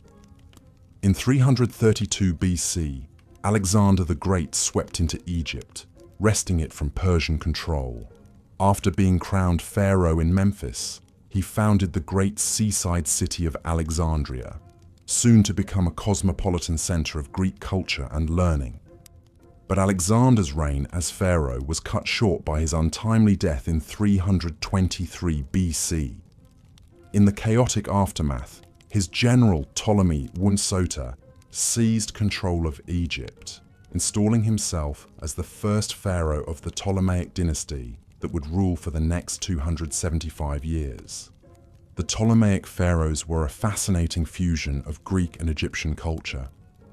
They adopted many Egyptian royal traditions and religious practices to legitimize their rule in the eyes of their subjects. Ptolemy III's son and successor, Ptolemy II Philadelphus, even instituted worship of the deified Alexander, cleverly positioning the Ptolemies as successors to Alexander's divine rule. Yet at the same time, the Ptolemies remained resolutely Greek, marrying their siblings in the Egyptian royal tradition, but giving their children Greek names and hiring Greek architects to reshape Alexandria's landscape in the style of their homeland. One of the most audacious Ptolemaic building projects was surely the Pharaohs lighthouse, constructed on the orders of Ptolemy I Soter. Standing an astonishing 330 feet tall, this wonder of the ancient world guided ships into Alexandria's harbour with its blazing fire at night. The Ptolemies also built grand temples in the traditional Egyptian style, like the Temple of Horus at Edfu and the Temple of Isis on the island of Philae. But they added their own Greek flourishes, inscribing their names in hieroglyphs, but also Greek on temple walls. The most famous Ptolemaic pharaoh of all was, of course, Cleopatra VII, the last pharaoh of ancient Egypt. But the Ptolemaic dynasty's notorious incestuous marriages produced more than one ambitious, powerful queen over the centuries. Take Berenice II, wife of Ptolemy III Euergetes. When her husband left to fight in the Third Syrian War in 246 BC, Berenice vowed to the goddess Aphrodite that she would cut off her long, luxurious hair if Ptolemy returned home safely. And she made good on her promise, placing her shorn tresses in Aphrodite's temple. The hair later mysteriously vanished, but court astronomer Conon of Samos, perhaps trying to get back in the queen's good graces, claimed that Aphrodite had been so touched by the offering that she placed Berenice's hair in the sky as the constellation Coma Berenices, or Berenice's hair. The Ptolemaic pharaohs were also no strangers to court intrigues and power struggles. One of the most dramatic examples came after the death of Ptolemy IV in 204 BC. His young son Ptolemy V, not even 6 years old, was next in line for the throne. But the boy king's regents, Agathocles and Sosibius, weren't about to give up their influence and power. They did the unthinkable, having the young pharaoh's mother, Arsinoe, murdered to secure their own positions. The common people, who had loved Queen Arsinoe, were outraged when they got wind of the sordid plot. They besieged the royal palace, dragging Agathocles and his family out, and lynching them in the street. The grisly scene was a stark reminder that while the Ptolemaic pharaohs styled themselves as god-kings, they were all too human and vulnerable to the wrath of their subjects. The Ptolemaic era was a time when much of the ancient Egyptian culture and religion we know today was compiled and recorded for posterity. The Ptolemies were great patrons of the arts, sciences, and literature. It was at the Great Library of Alexandria that Manetho, an Egyptian priest and historian, wrote his Egyptiaca. This 3-volume work, now largely lost, compiled the first comprehensive list of Egyptian pharaohs and divided their reigns into 30 dynasties. The framework we still use to parse ancient Egyptian chronology today, and it was under the Ptolemies that the Egyptian priest-scribe Hor of Sebennytos penned a fascinating papyrus that has come to be known as the Dream Book. This enigmatic text lists nearly 200 different dreams and their supposed meanings. Some are rather mundane, like dreaming of eating figs, indicating the dreamer will come into money. But others are more sinister omens, like dreaming of being burned alive, signaling great danger ahead. The Ptolemaic dynasty ended with the tragic demise of its most famous queen, Cleopatra VII, in 30 BC. After picking the losing side in the Roman Civil War between Mark Antony and Octavian, Cleopatra took her own life, allegedly by the bite of a poisonous asp, rather than be paraded through the streets of Rome as a war trophy. With Cleopatra's death, the long line of divine pharaohs finally came to a close, and Egypt became a province of the Roman Empire. But the 3,000-year legacy the pharaohs left behind still endures. Every magnificent monument, every golden tomb treasure, every tall tale recorded on temple walls or papyrus scrolls has kept their larger-than-life stories alive. The pharaohs built ancient Egypt into a flourishing civilization that has captured imaginations for millennia, and will likely continue to do so for as long as the pyramids still stand. The mystique of the pharaohs lies in how, even at the distance of thousands of years, they still seem to straddle the line between gods and mortals, the natural and supernatural. The truth is, the pharaohs were both extraordinary and all too human. They performed mind-boggling feats of engineering, artistic, and cultural achievement that have rarely been matched. But they could also be petty, superstitious, ruthless, and tyrannical.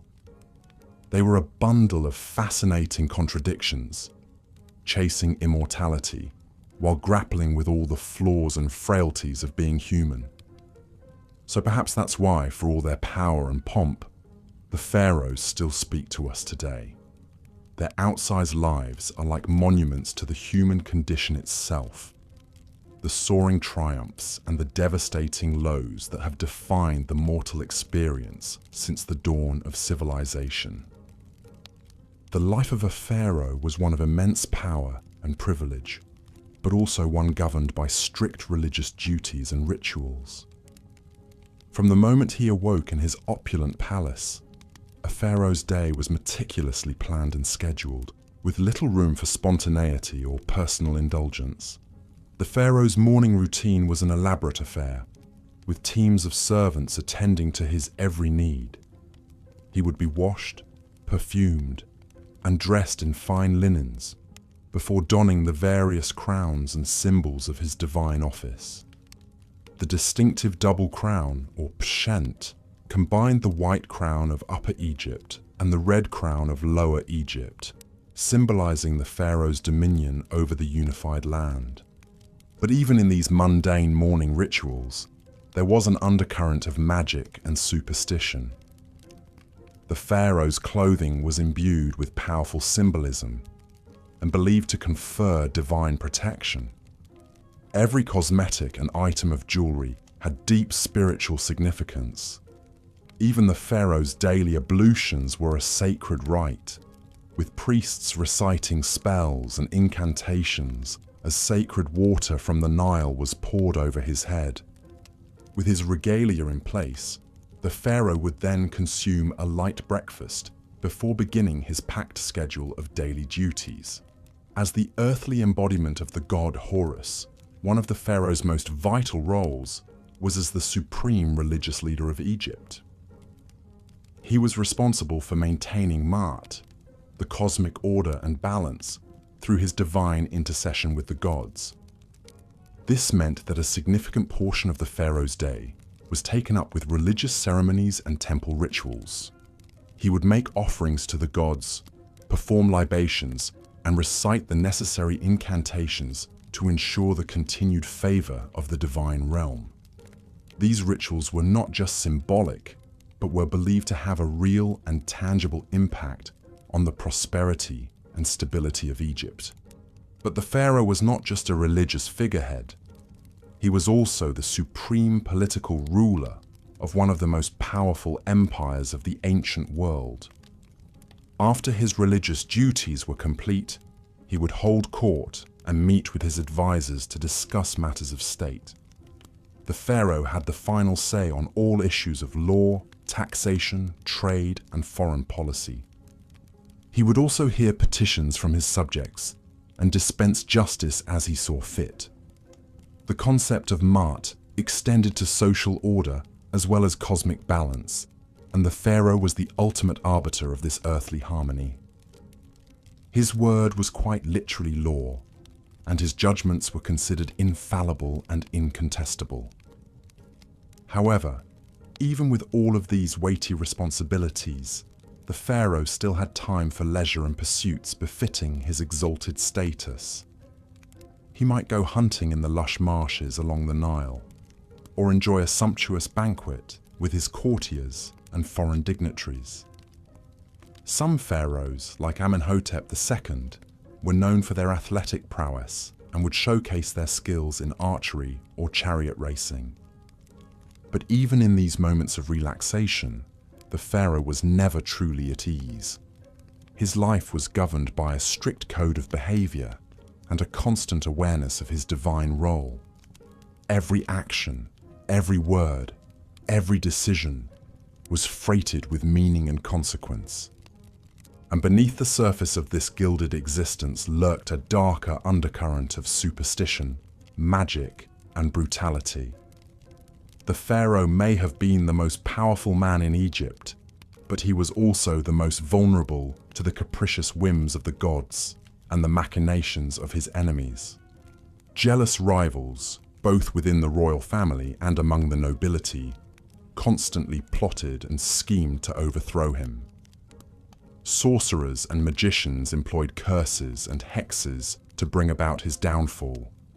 Even the common people, though they revered the pharaoh as a living god, could turn against him if they felt he had failed in his divine duties. To protect against these myriad threats, both real and supernatural, the pharaoh relied on a complex web of magic and ritual. He wore amulets and talismans imbued with protective spells, and his food and drink were tested for poison by trusted servants. His palace was warded against evil spirits, and his bedchamber was guarded by the most loyal and fearsome of his warriors. But even with all of these precautions, the life of a pharaoh was a precarious one. The annals of Egyptian history are filled with the stories of pharaohs who met untimely and often gruesome ends, from assassination and warfare to disease and dark sorcery. In the end, the pharaoh was as much a prisoner of his divine role as he was its beneficiary. For all of his power and privilege, he was ultimately a slave to the crushing weight of tradition, superstition, and the unyielding expectations of his gods and his people. The life of a pharaoh was indeed a gilded cage, opulent and glittering on the outside, but constricting and suffocating within. And yet, for all of its dangers and drawbacks, the allure of the pharaonic crown was an irresistible one.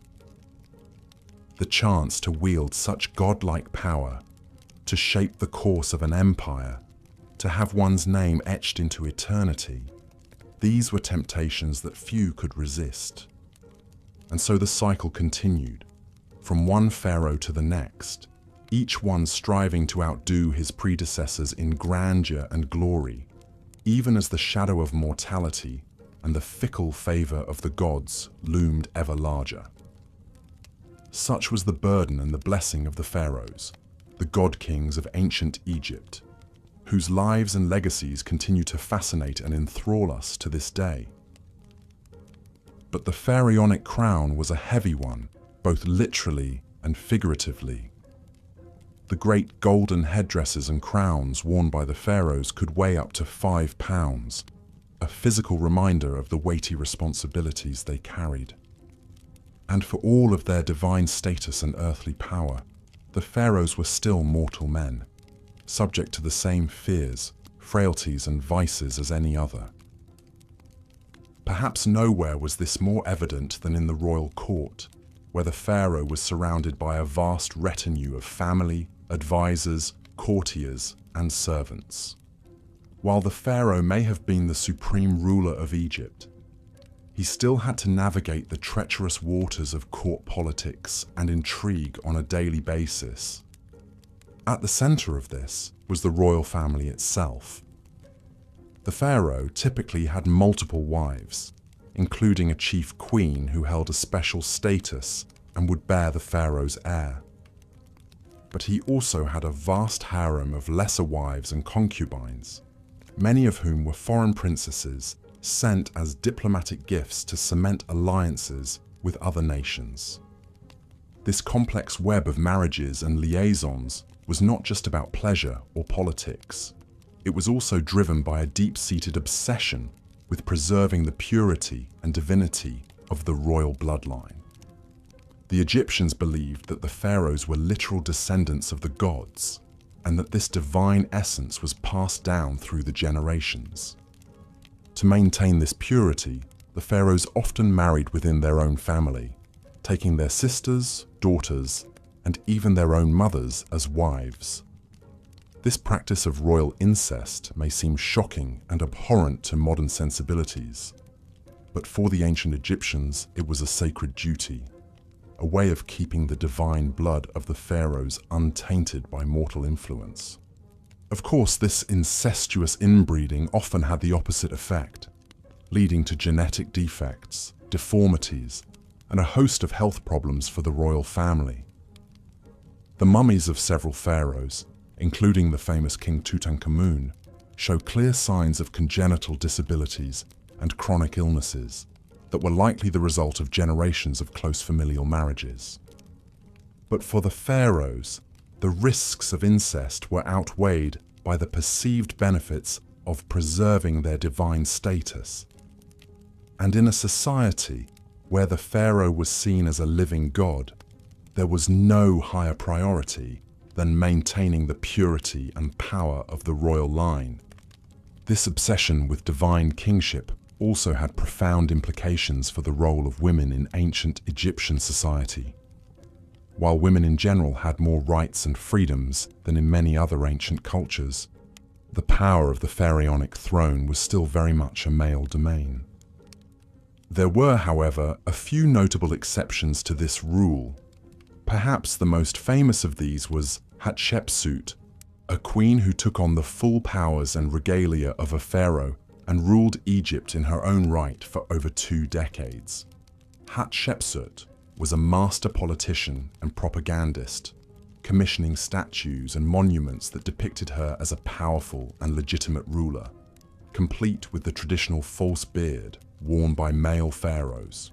She even went so far as to have herself portrayed as a male in many of her official depictions, a way of asserting her divine right to rule.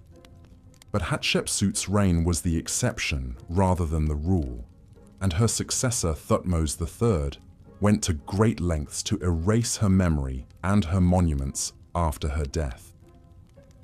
For the most part, the divine kingship of the pharaohs remained a strictly masculine affair, with women relegated to supporting roles as queens, mothers, and daughters.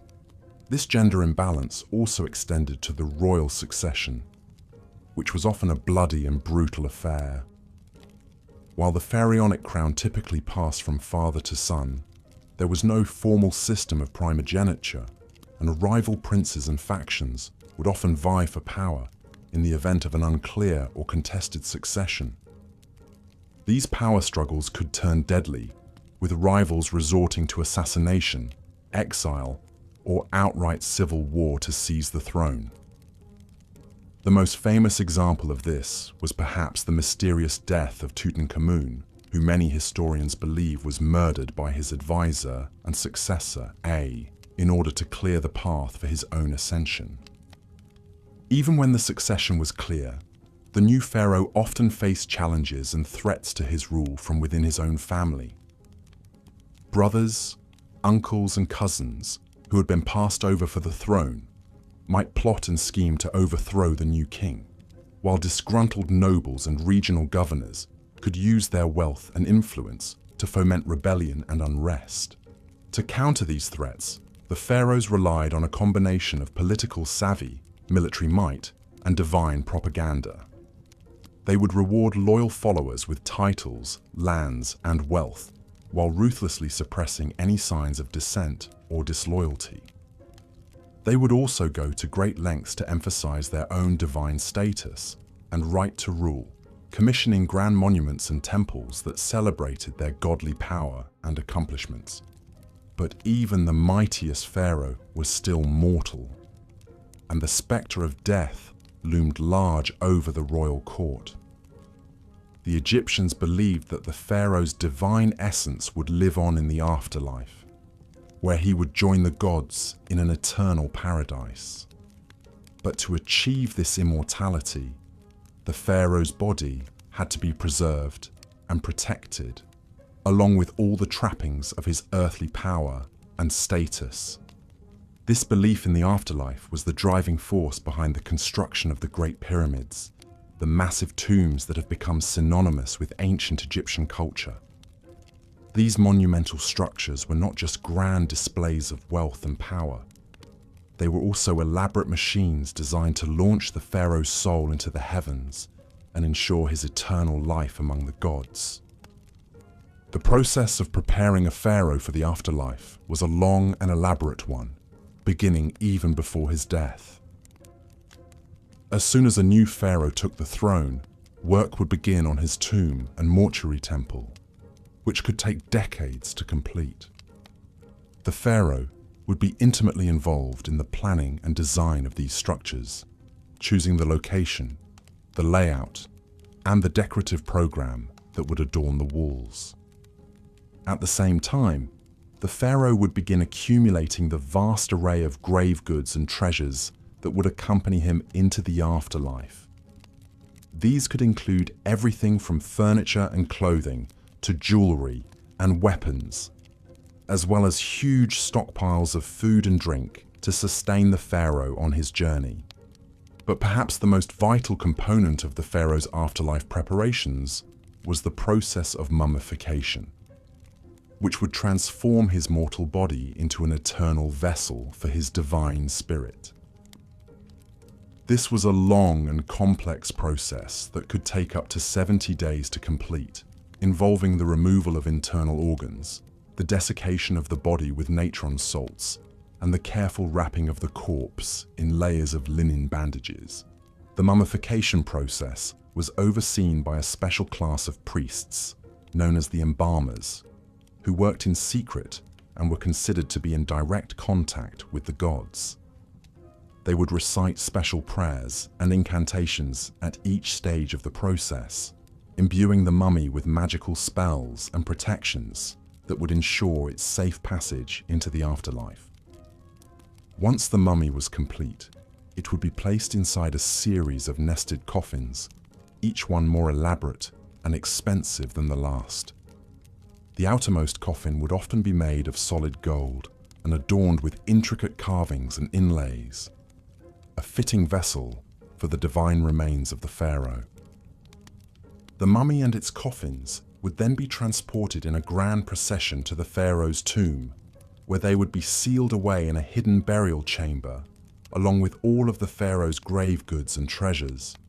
The tomb itself would be filled with even more offerings and artifacts, as well as elaborate frescoes and carvings depicting the pharaoh's journey into the afterlife.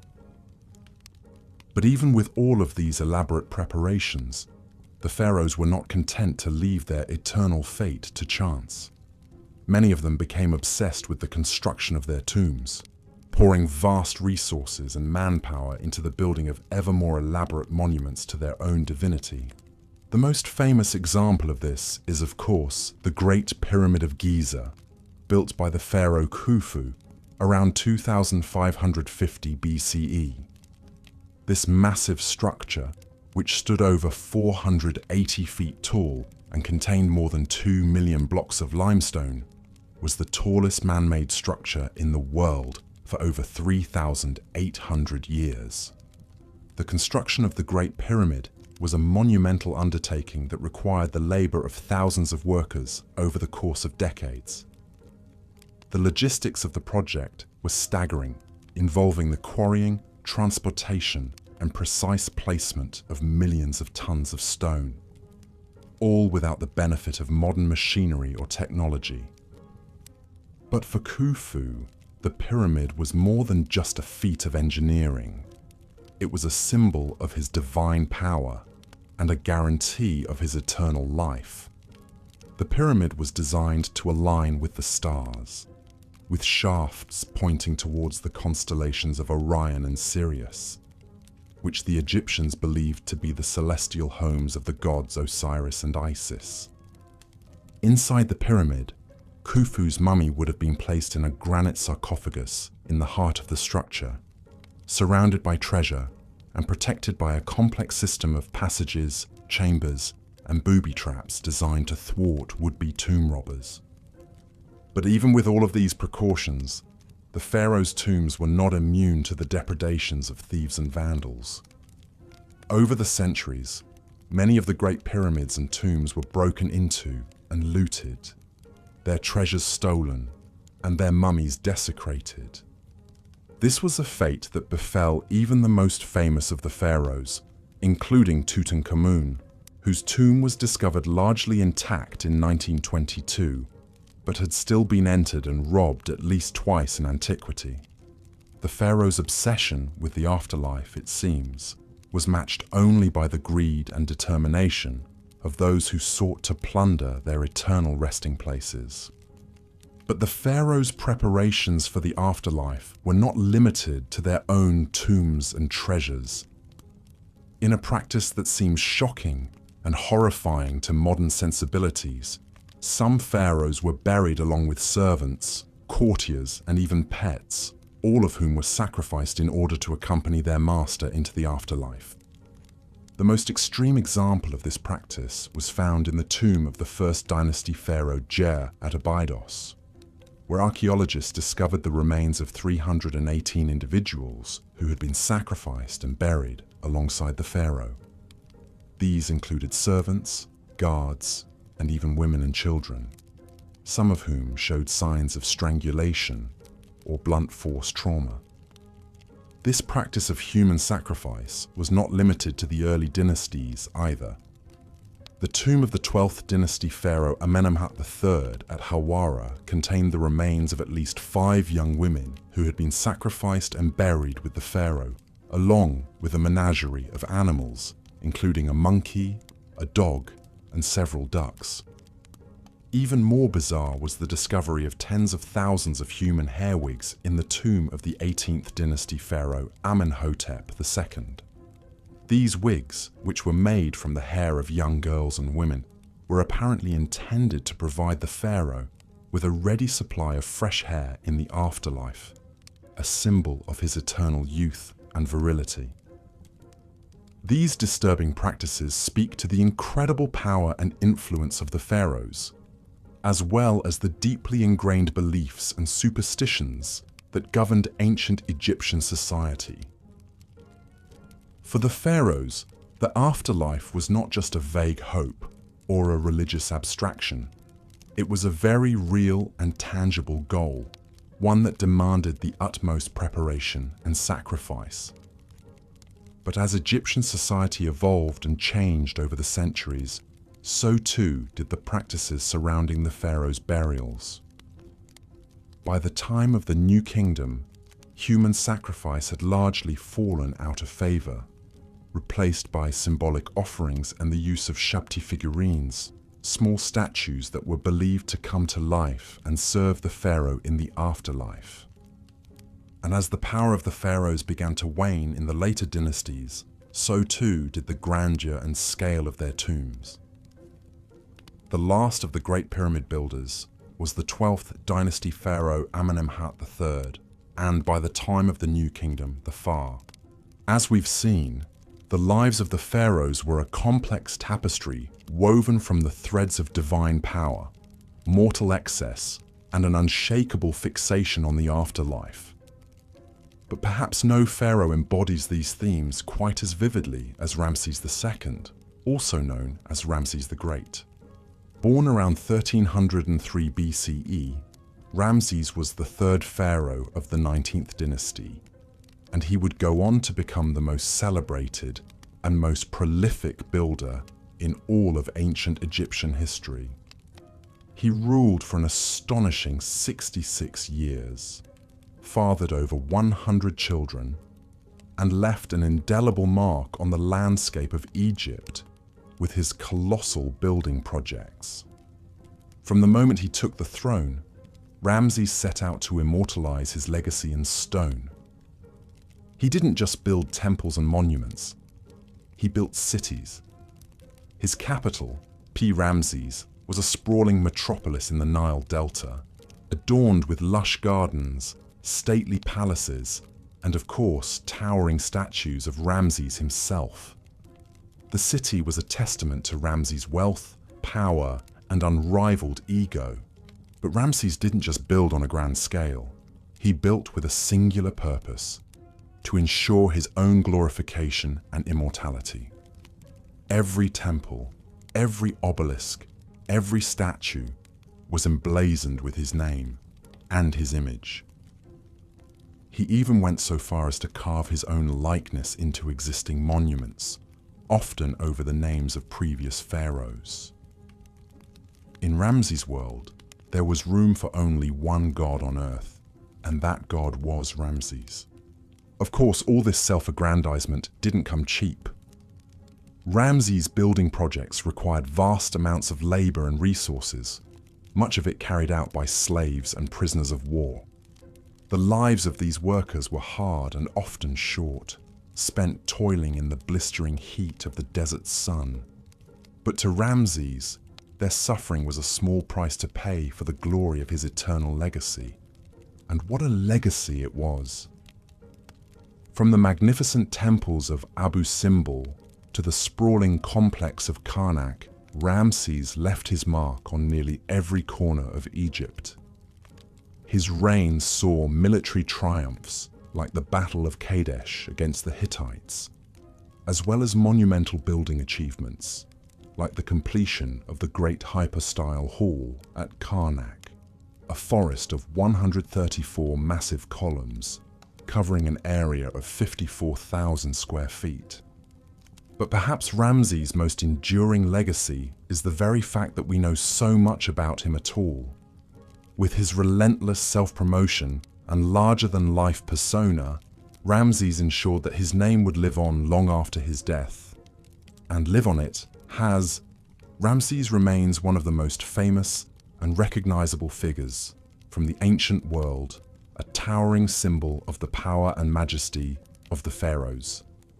Of course, not all pharaohs were as successful in their quest for immortality as Ramses. Take, for example, the curious case of Akhenaten, the so-called heretic king who ruled during the 18th dynasty. Akhenaten is best known for his radical religious reforms, in which he abandoned the traditional pantheon of Egyptian gods in favor of a single deity, the Aten, represented by the solar disk. Akhenaten's devotion to the Aten was all-consuming. He built a new capital city, Akhetaten, dedicated solely to the worship of his one true God. He changed his name from Amenhotep IV to Akhenaten, meaning devoted to Aten. He even altered the traditional style of Egyptian art, eschewing the rigid, formalized depictions of pharaohs and gods in favor of a more naturalistic, almost androgynous style. But Akhenaten's religious revolution was short-lived. After his death, his successors quickly abandoned Akhetaten and returned to the old gods, going so far as to deface and dismantle Akhenaten's monuments and temples. His name was struck from the records, his legacy all but erased. In the end, Akhenaten's single-minded devotion to his god led not to immortality, but to obscurity. And then there's the sad story of Tutankhamun, better known to us as King Tut.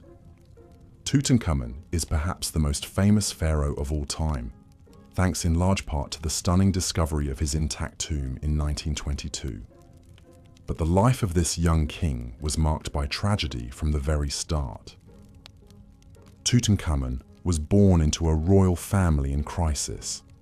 His father was none other than Akhenaten, and his mother was likely Akhenaten's own sister. Inbreeding was not uncommon among the Egyptian royalty, who believed that keeping the royal bloodline pure was essential to maintaining their divine status. But it also led to a host of genetic problems, including the congenital defects that plagued Tutankhamun throughout his short life. When Tutankhamun took the throne around the age of 9, he inherited a kingdom in chaos. Akhenaten's religious reforms had alienated the powerful priesthood and destabilized the country. Tutankhamun's advisors, including the Vizier I and the General Horemheb, set about restoring the old order, reopening the temples, and re-establishing the cult of Amun. But Tutankhamun himself was a frail and sickly child, beset by a host of physical ailments. He suffered from a cleft palate, a clubbed foot, and a severe overbite. He walked with a cane, and may have even suffered from a rare genetic disorder called Klippel-Feil syndrome, which causes the fusion of the vertebrae in the neck. Despite his physical limitations, Tutankhamun did his best to fulfill his duties as pharaoh. He oversaw the restoration of the old temples and commissioned new building projects, including his own tomb in the Valley of the Kings. But his reign was cut tragically short.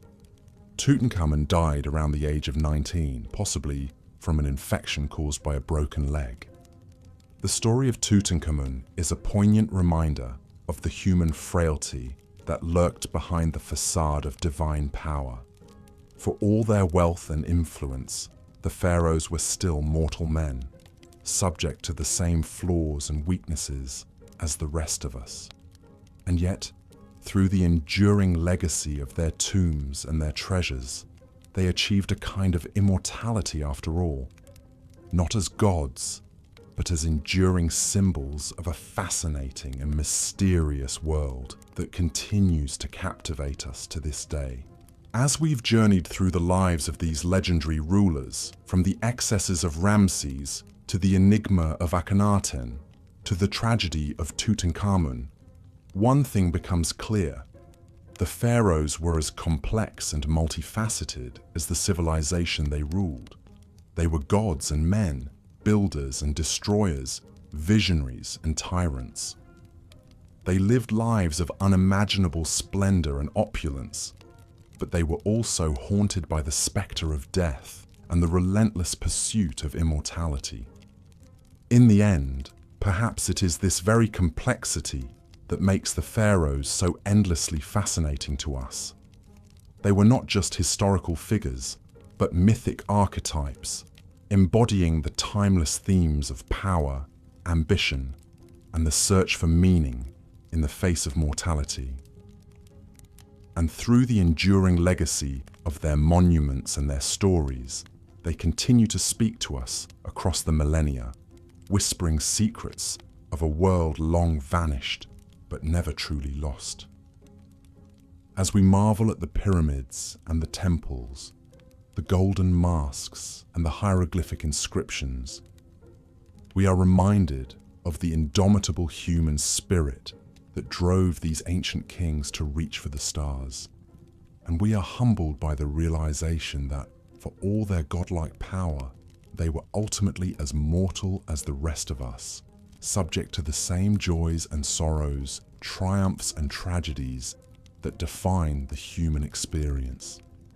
So let us pay tribute to the pharaohs, those towering figures who shaped the course of history and left an indelible mark on the sands of time.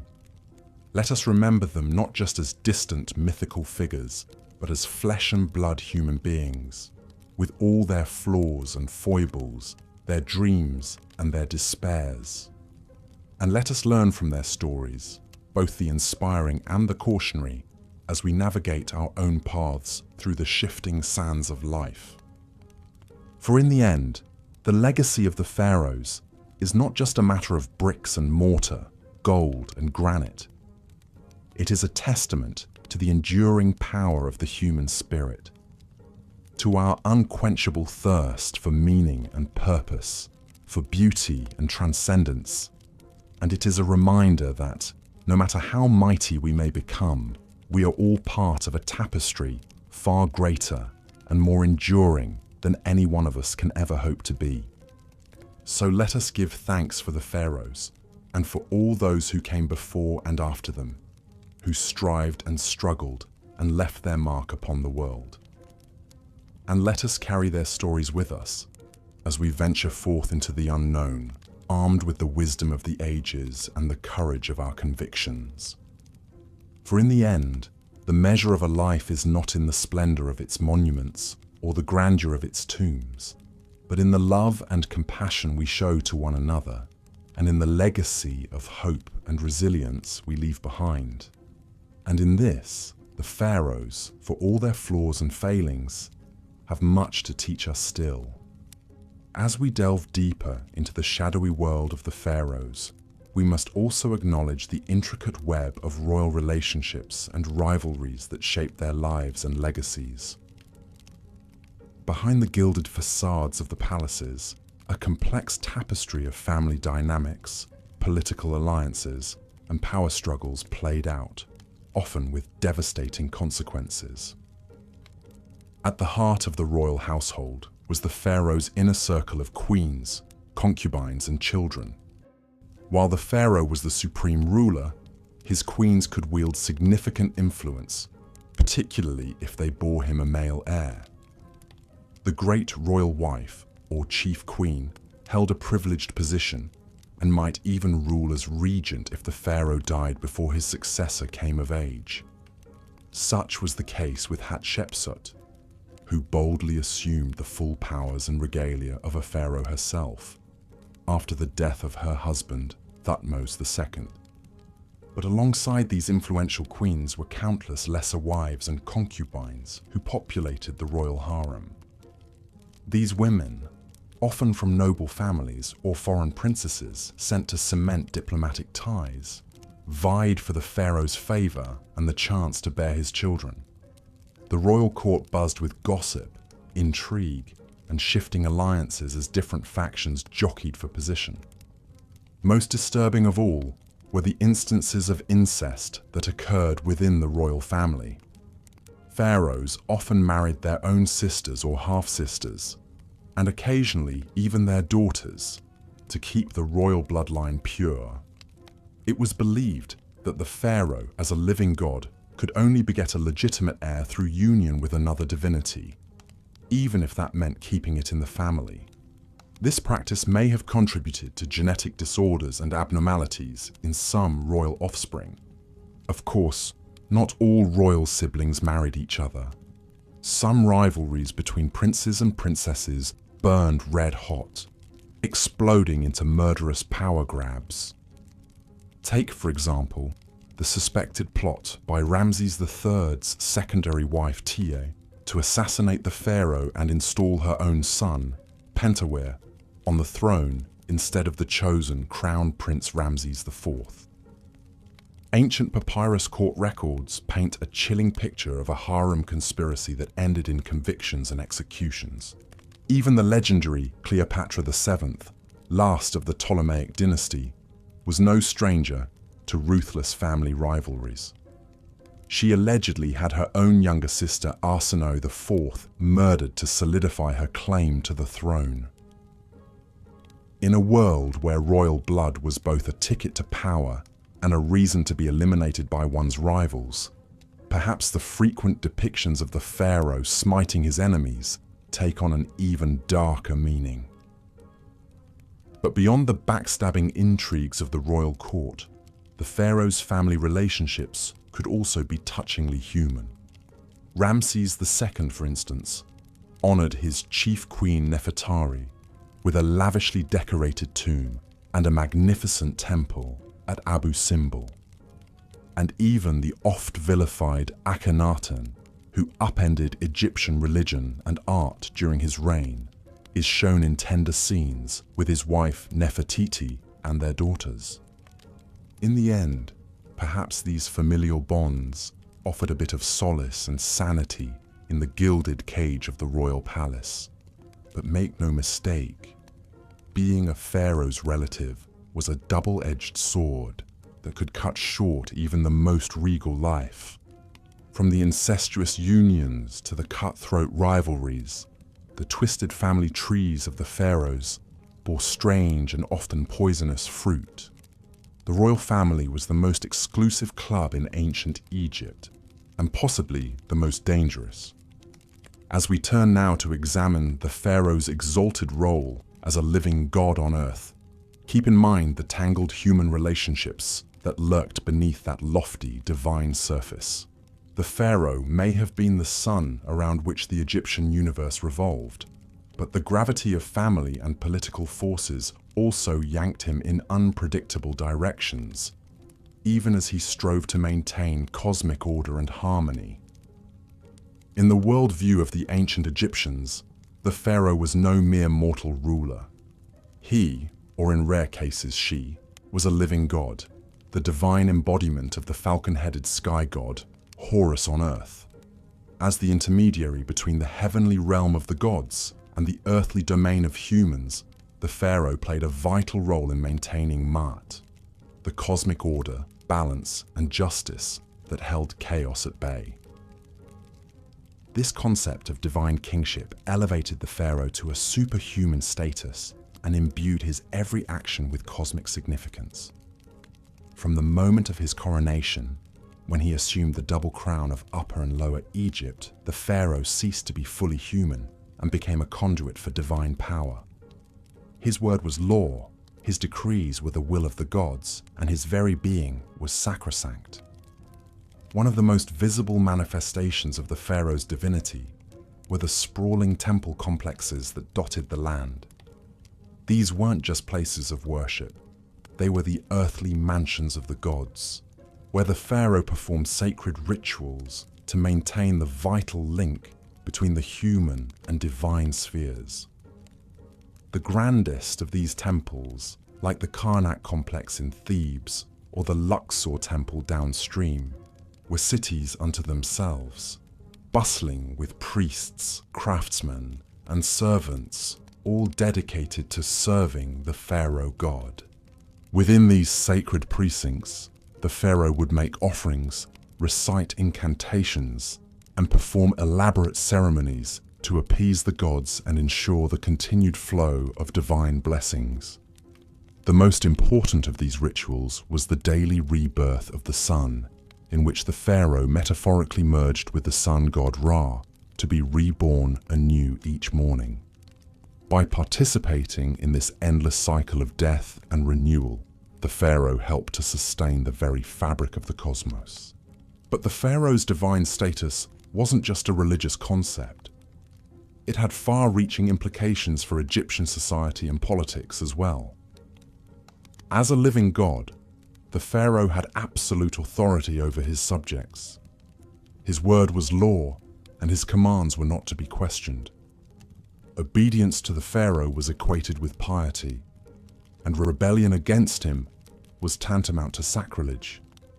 This godlike power could be intoxicating, and some pharaohs took their divine status to disturbing extremes. Perhaps the most notorious example was Amenhotep IV, better known as Akhenaten, who upended centuries of Egyptian religious tradition by proclaiming the sun disk Aten as the one true god and himself as its sole prophet.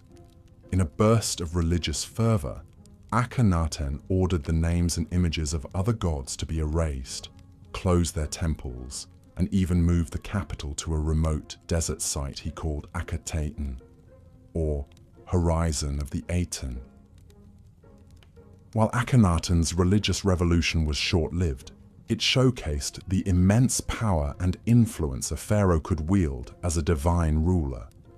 The fact that he could single-handedly overturn the entire pantheon of Egyptian gods and impose a new state religion by sheer force of will speaks volumes about the pharaoh's godlike authority.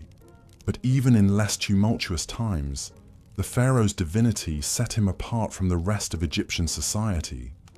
He was a remote, awe-inspiring figure, rarely seen in public outside of carefully stage-managed appearances.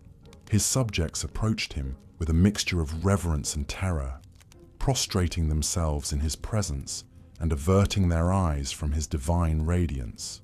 Even his courtiers and officials had to tread carefully, lest they overstep their bounds and incur his godly wrath. In a very real sense, the pharaoh was the linchpin that held the entire edifice of ancient Egyptian civilization together. As long as he performed his divine duties and maintained Ma'at, the cosmic order, all was well. But if he faltered or failed in his responsibilities, it could spell disaster for the whole land. A weak or ineffectual pharaoh could lead to chaos, famine, and invasion, while a tyrannical or impious one risked offending the gods and bringing down divine retribution. It's no wonder then that the Egyptians invested so much time, labor, and resources into exalting and glorifying their pharaohs. The colossal statues, soaring obelisks, and lavish tomb complexes were all testament to the pharaoh's superhuman status and enduring legacy. They were also a way of bolstering his divine power and reinforcing his vital role in the cosmic order. But as we'll see in the next chapter, this obsession with the pharaoh's divinity reached its apex in the very last place one might expect, the tomb. For the ancient Egyptians, death was not the end for a pharaoh, but merely a transition to an even more exalted state of being. And they would go to extraordinary, even horrifying lengths to ensure their divine ruler had everything he needed for the journey. The flickering torchlight casts an eerie glow on the rough-hewn walls of the tomb, as if the very shadows are alive with the weight of ages past. The air is thick with the acrid tang of incense and the musty odor of death, a cloying perfume that clings to the nostrils and the back of the throat. Deeper and deeper we descend into the very bowels of the earth, following in the footsteps of the pharaoh on his final journey into the afterlife. For the ancient Egyptians, death was not something to be feared, but rather a doorway to a new and glorious existence. They believed that life on earth was but a brief prelude to an eternal hereafter, where the deceased would dwell in paradise with the gods, feasting and making merry for all eternity. But to achieve this blessed state, one had to be properly prepared, both spiritually and materially. And no one was better prepared for the afterlife than the pharaohs. From the moment they ascended the throne, they began planning for their eventual demise with a single-minded focus that bordered on the obsessive. Vast resources were poured into the construction of their tombs and funerary temples, veritable cities of the dead that would serve as their eternal abodes. The most iconic of these, of course, are the Great Pyramids that loom over the Giza Plateau. These monumental structures, built during the Old Kingdom, were more than just tombs. They were cosmic engines, designed to launch the pharaoh's soul into the heavens to take its place among the stars. The pyramid's smooth, sloping sides were meant to evoke the primordial mound of creation, while its precise alignment to the cardinal points mirrored the order and symmetry of the cosmos itself. But even more vital than the tomb itself was the complex process of preparing the pharaoh's body for the afterlife. The ancient Egyptians believed that the physical form was just as important as the spiritual essence, and that the two had to be preserved together for eternity. And so, in the sacred rites of mummification, the pharaoh's corpse was transformed from a lifeless husk into a vessel for immortality. For 70 days, the body was dried and desiccated with natron salt, its organs removed and carefully preserved in canopic jars. Then, in an elaborate ritual that could take weeks, the mummy was anointed with sacred oils, wrapped in countless layers of linen bandages, and adorned with protective amulets and jewelry. The face was often covered with a lifelike mask of gold and precious stones, an idealized portrait of the pharaoh in all his divine glory. But the pharaoh's journey was far from over. Once the mummy was complete, it had to be transported to the tomb in a grand funerary procession, accompanied by priests chanting hymns and spells to ward off evil spirits. The sarcophagus was then lowered into the burial chamber, surrounded by all the grave goods the pharaoh would need in the afterlife: furniture, clothing, jewelry, even food and drink to sustain him on his eternal journey. And here is where the pharaoh's preparations took a darker, more disturbing turn. For some rulers, it wasn't enough to be buried with mere objects. They wanted to be accompanied by actual living servants, ready to attend to their every whim in the hereafter. These unfortunate souls, known as retainers, were often the pharaoh's most loyal courtiers and officials, handpicked to serve him in death as they had in life. The practice of human sacrifice was not uncommon in the early dynasties of ancient Egypt, particularly during the First Dynasty. Archaeological evidence from this period reveals numerous subsidiary burials surrounding the tombs of pharaohs like Horahar and Jer, containing the remains of servants, bodyguards, and even women and dwarves who were believed to have special powers. One of the most chilling examples comes from the tomb of King Jer at Abydos, where the remains of over 300 individuals were found buried in neat rows, like a macabre honor guard flanking the pharaoh's final resting place. Many of the bodies showed signs of strangulation or blunt force trauma, suggesting that they had been deliberately killed to accompany their ruler into the afterlife. But perhaps even more unsettling than the human sacrifices were the animal ones. Countless mummified cats, dogs, monkeys, and even lions have been found in Egyptian tombs, often lavishly wrapped and adorned like miniature pharaohs themselves. These beloved pets were believed to provide companionship and protection for their masters in the afterlife, a consolation prize of sorts for an eternity spent in the dark. And then there were the more bizarre grave goods, like the millions of human hair wigs found in some tombs. These elaborate hairpieces, made from the shorn locks of courtiers and slaves, were meant to ensure that the pharaoh always had a fresh coiffure, even in the afterlife. The ancient Egyptians believed that hair had magical properties, and that a full, luxuriant wig was a sign of vitality and power. But as the centuries passed, the practice of human sacrifice gradually fell out of favor.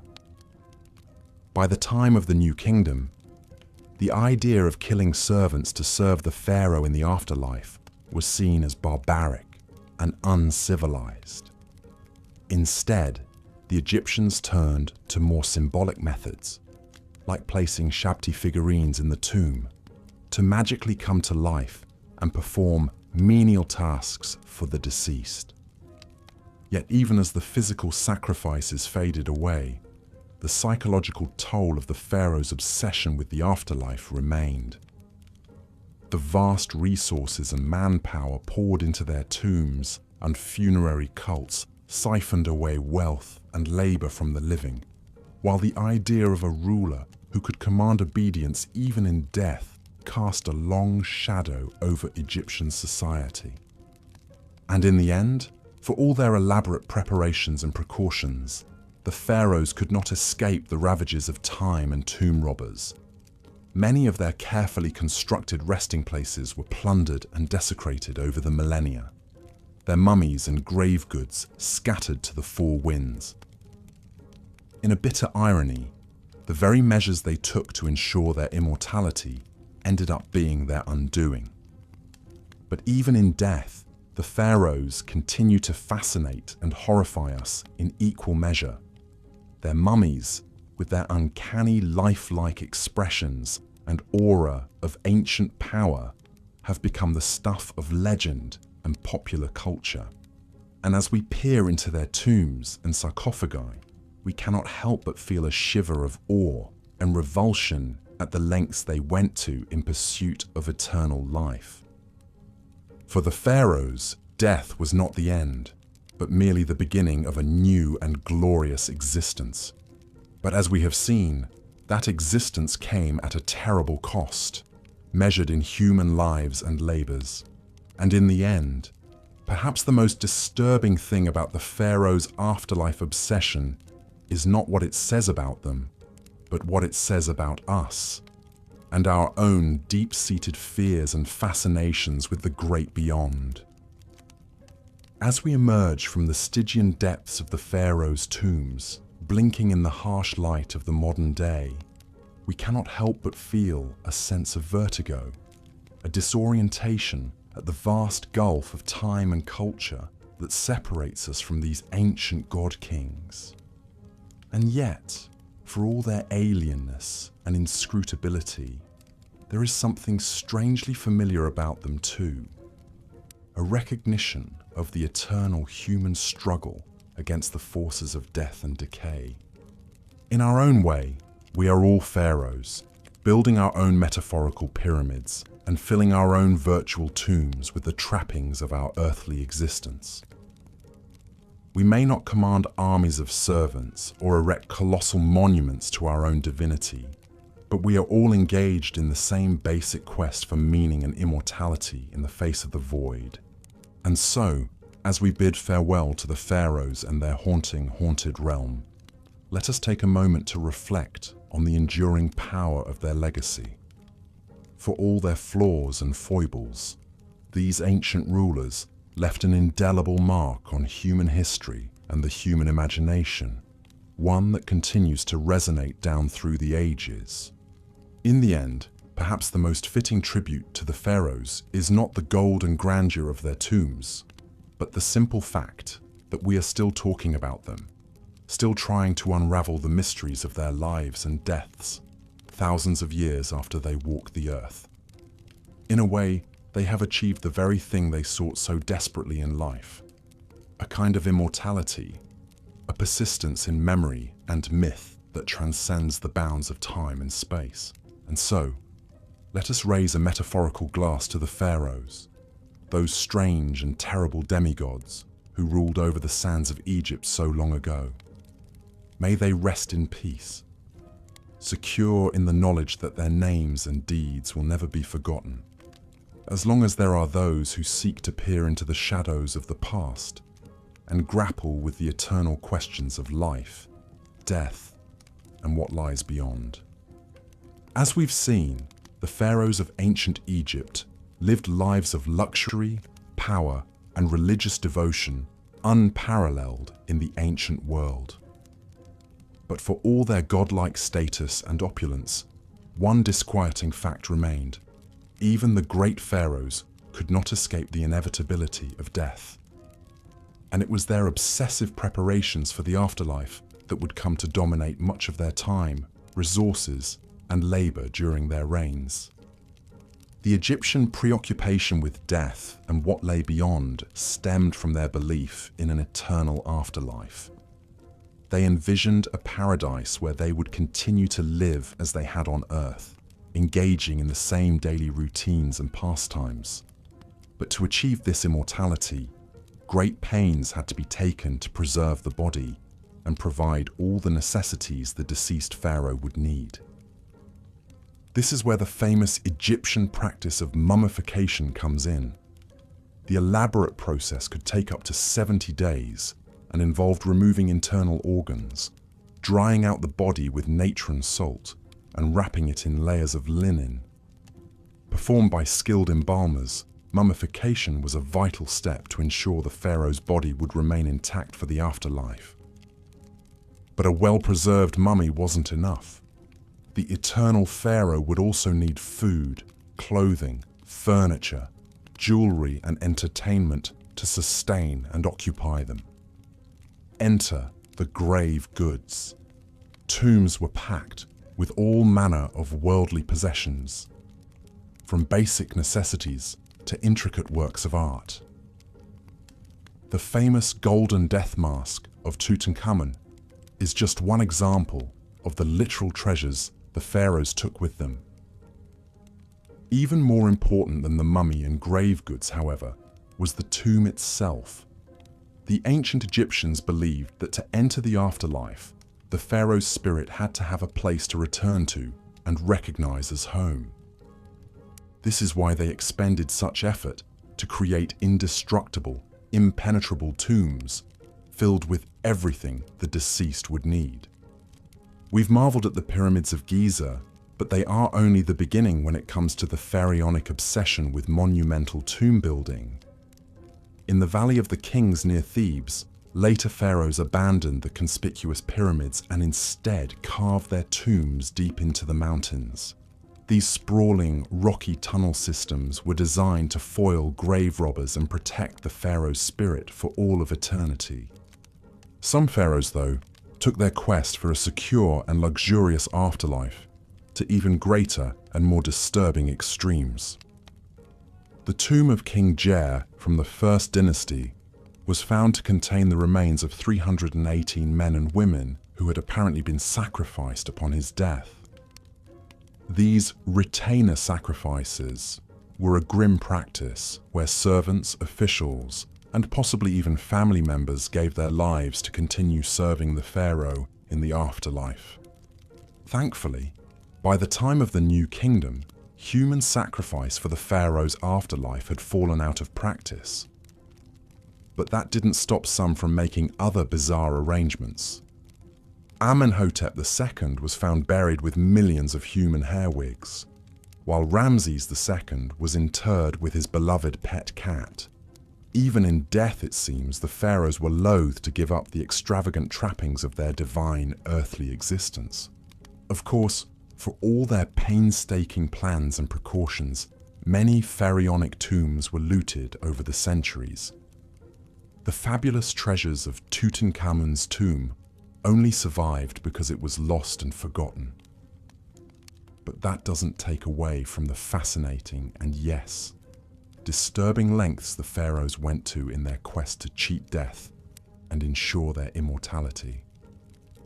Their tombs, mummies, and the priceless relics interred with them have given us an unparalleled glimpse into one of history's most captivating and enduring cultures. And the mummies of the mighty pharaohs are still yielding their secrets today thanks to modern archaeological science. CT scans and DNA testing are allowing us to virtually unwrap these ancient kings and queens and peer into their lives and lineages like never before. In a way, then, the pharaohs did succeed in securing their immortality, if not quite in the way they intended. Their mortal remains and belongings continue to enthrall and educate us thousands of years later. And as we unravel more mysteries of their world, we come that much closer to understanding the lives and minds of these legendary rulers who held sway over the Nile and still command our imaginations today. But no study of the pharaohs would be complete without also acknowledging some of the most famous and infamous individuals to wear the double crown of Upper and Lower Egypt. Legendary names like Ramses the Great, the indomitable Hatshepsut, the sun-worshipping iconoclast Akhenaten, and the bewitching Cleopatra still conjure vivid images and have come to define our popular conceptions of Egyptian royalty. Ramses II, or Ramses the Great, was a king of the 19th dynasty and one of Egypt's most celebrated builders. Reigning for an astonishing 66 years, Ramses left his mark on nearly every ancient Egyptian site still standing from Luxor to Abu Simbel. His mummy reveals a man of regal bearing, strong features, and flaming red hair, and he is believed to have fathered over 100 children in his time. Now that's a kingly legacy. And speaking of a royal family tree, one cannot forget the 18th dynasty pharaoh Akhenaten and his legendary wife Nefertiti. Coming to power around 1353 BCE, Akhenaten rocked the very foundations of Egyptian society by rejecting the traditional pantheon of gods to institute a monotheistic cult of the sun disk Aten. He even changed his name from Amenhotep IV to Akhenaten, or devoted to Aten, as part of his religious revolution. Aiding him in this spiritual shake-up was his beautiful and clever chief queen Nefertiti, whose famous painted limestone bust has come to symbolize ancient Egyptian glamour and intrigue. But the Aten experiment was short-lived. After Akhenaten's death, his son, a young king you may have heard of by the name of Tutankhamun, reversed his father's decree and restored the old gods, condemning Akhenaten to the ignoble fate of having his name struck from official records and monuments. Of course, any mention of Egyptian rulers would be incomplete without Cleopatra, the last active pharaoh and Ptolemaic queen who has become the very archetype of the irresistible temptress. But Cleopatra was much more than a mere seductress. She was a brilliant politician, speaker of 9 languages, and a shrewd strategist who captivated the likes of Julius Caesar and Mark Antony. Though her reign ended with the fall of Egypt to Rome, Cleopatra's legend has only grown in the centuries since. These towering figures are just a sampling of the remarkable personalities that make up the saga of ancient Egypt's god-kings and queens. Each of their lives contains enough drama, intrigue, and color to fill volumes. But they all embodied, in one way or another, the fascinating paradox of the pharaoh, a mortal who would be God, with one foot in the earthly realm and the other in eternity. It's this captivating duality, as well as the haunting remnants of their glittering world, that continue to enthrall us and draw us back to ancient Egypt time and again. The mighty pharaohs reigned over a sophisticated civilization for some 3,000 years, shaping our notions of absolute power and leaving behind some of the most formidable monuments ever constructed. But in the end, like all of us, they too were mortal, and no amount of gold or godhood could shield them from the fate that awaits us all. Within their tombs, temples, and mummies, they left tantalizing hints of their larger-than-life existence, shot through with the universal human hopes and fears we can all recognize. And that, perhaps, is their greatest legacy of all, the eternal reminder that even the most exalted among us desire nothing more than to be remembered. As we close this chapter on the lives of the pharaohs, take a moment to reflect on all we've uncovered, the sacred and the profane, the awe-inspiring and the unsettling. These ancient god-kings have much to teach us still about power, belief, legacy, and the enduring fascination of a long-lost world we are only beginning to understand. The mighty pharaohs, in all their dazzling, dramatic, and disturbing glory, will never cease to captivate us. inviting us to unravel the mysteries of their age and our own. And the inquiring mind will always heed the call to wade deeper into the past, where these legendary rulers await with their eternal secrets. As we've seen, the ancient Egyptian pharaohs lived lives of incredible power and privilege, but also darkness and brutality. From their opulent palaces to their obsessive preparations for the afterlife, these divine rulers shaped every aspect of their kingdom's culture, religion, and history. Even today, thousands of years later, the pharaohs continue to captivate us with their larger-than-life personalities, their monumental building projects, and the enduring mysteries they left behind. New discoveries and advanced scientific techniques are allowing us to unravel their secrets like never before. From the familial relationships revealed by DNA testing of mummies to the complex trade networks traced through isotope analysis. Yet the more we learn about the pharaohs, the more we realize how much we still don't know. What was the true nature of their relationships with their queens and children?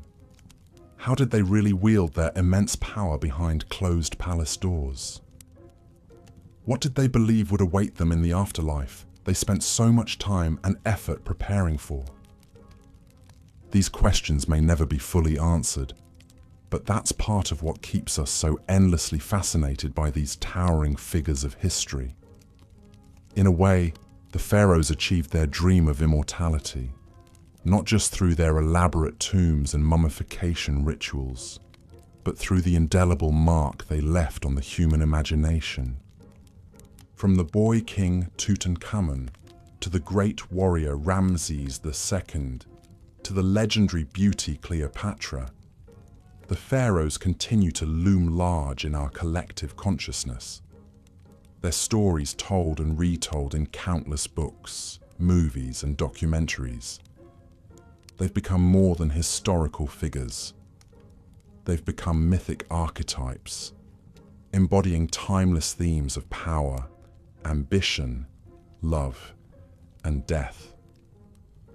In the end, perhaps that's the pharaoh's true legacy, not the treasure-filled tombs or awe-inspiring pyramids they left behind, but the way they've shaped our understanding of what it means to be human. Through their triumphs and failures, their brilliance and their brutality, they remind us of the heights and depths we're all capable of. The eternal human struggle to leave our mark on the world and grapple with our own mortality. So the next time you see an image of a pharaoh, whether it's the iconic death mask of Tutankhamun or a faded hieroglyph carved into an ancient temple wall, take a moment to reflect on the complex, fascinating, and often disturbing world they inhabited. And remember that even the mightiest among us are ultimately subject to the same fundamental questions and challenges that have defined the human experience for millennia. Thank you for joining me on this journey through the lives of the ancient Egyptian pharaohs. I hope you found it as enlightening and captivating as I have. If you enjoyed this video, please consider leaving a like and subscribing to the channel for more deep dives into the most fascinating chapters of human history. Ones that just might change the way you think about your own place in the grand sweep of time. Until next time, sweet dreams of sandy dunes, shimmering Nile waters, and golden burial masks gleaming in the dark.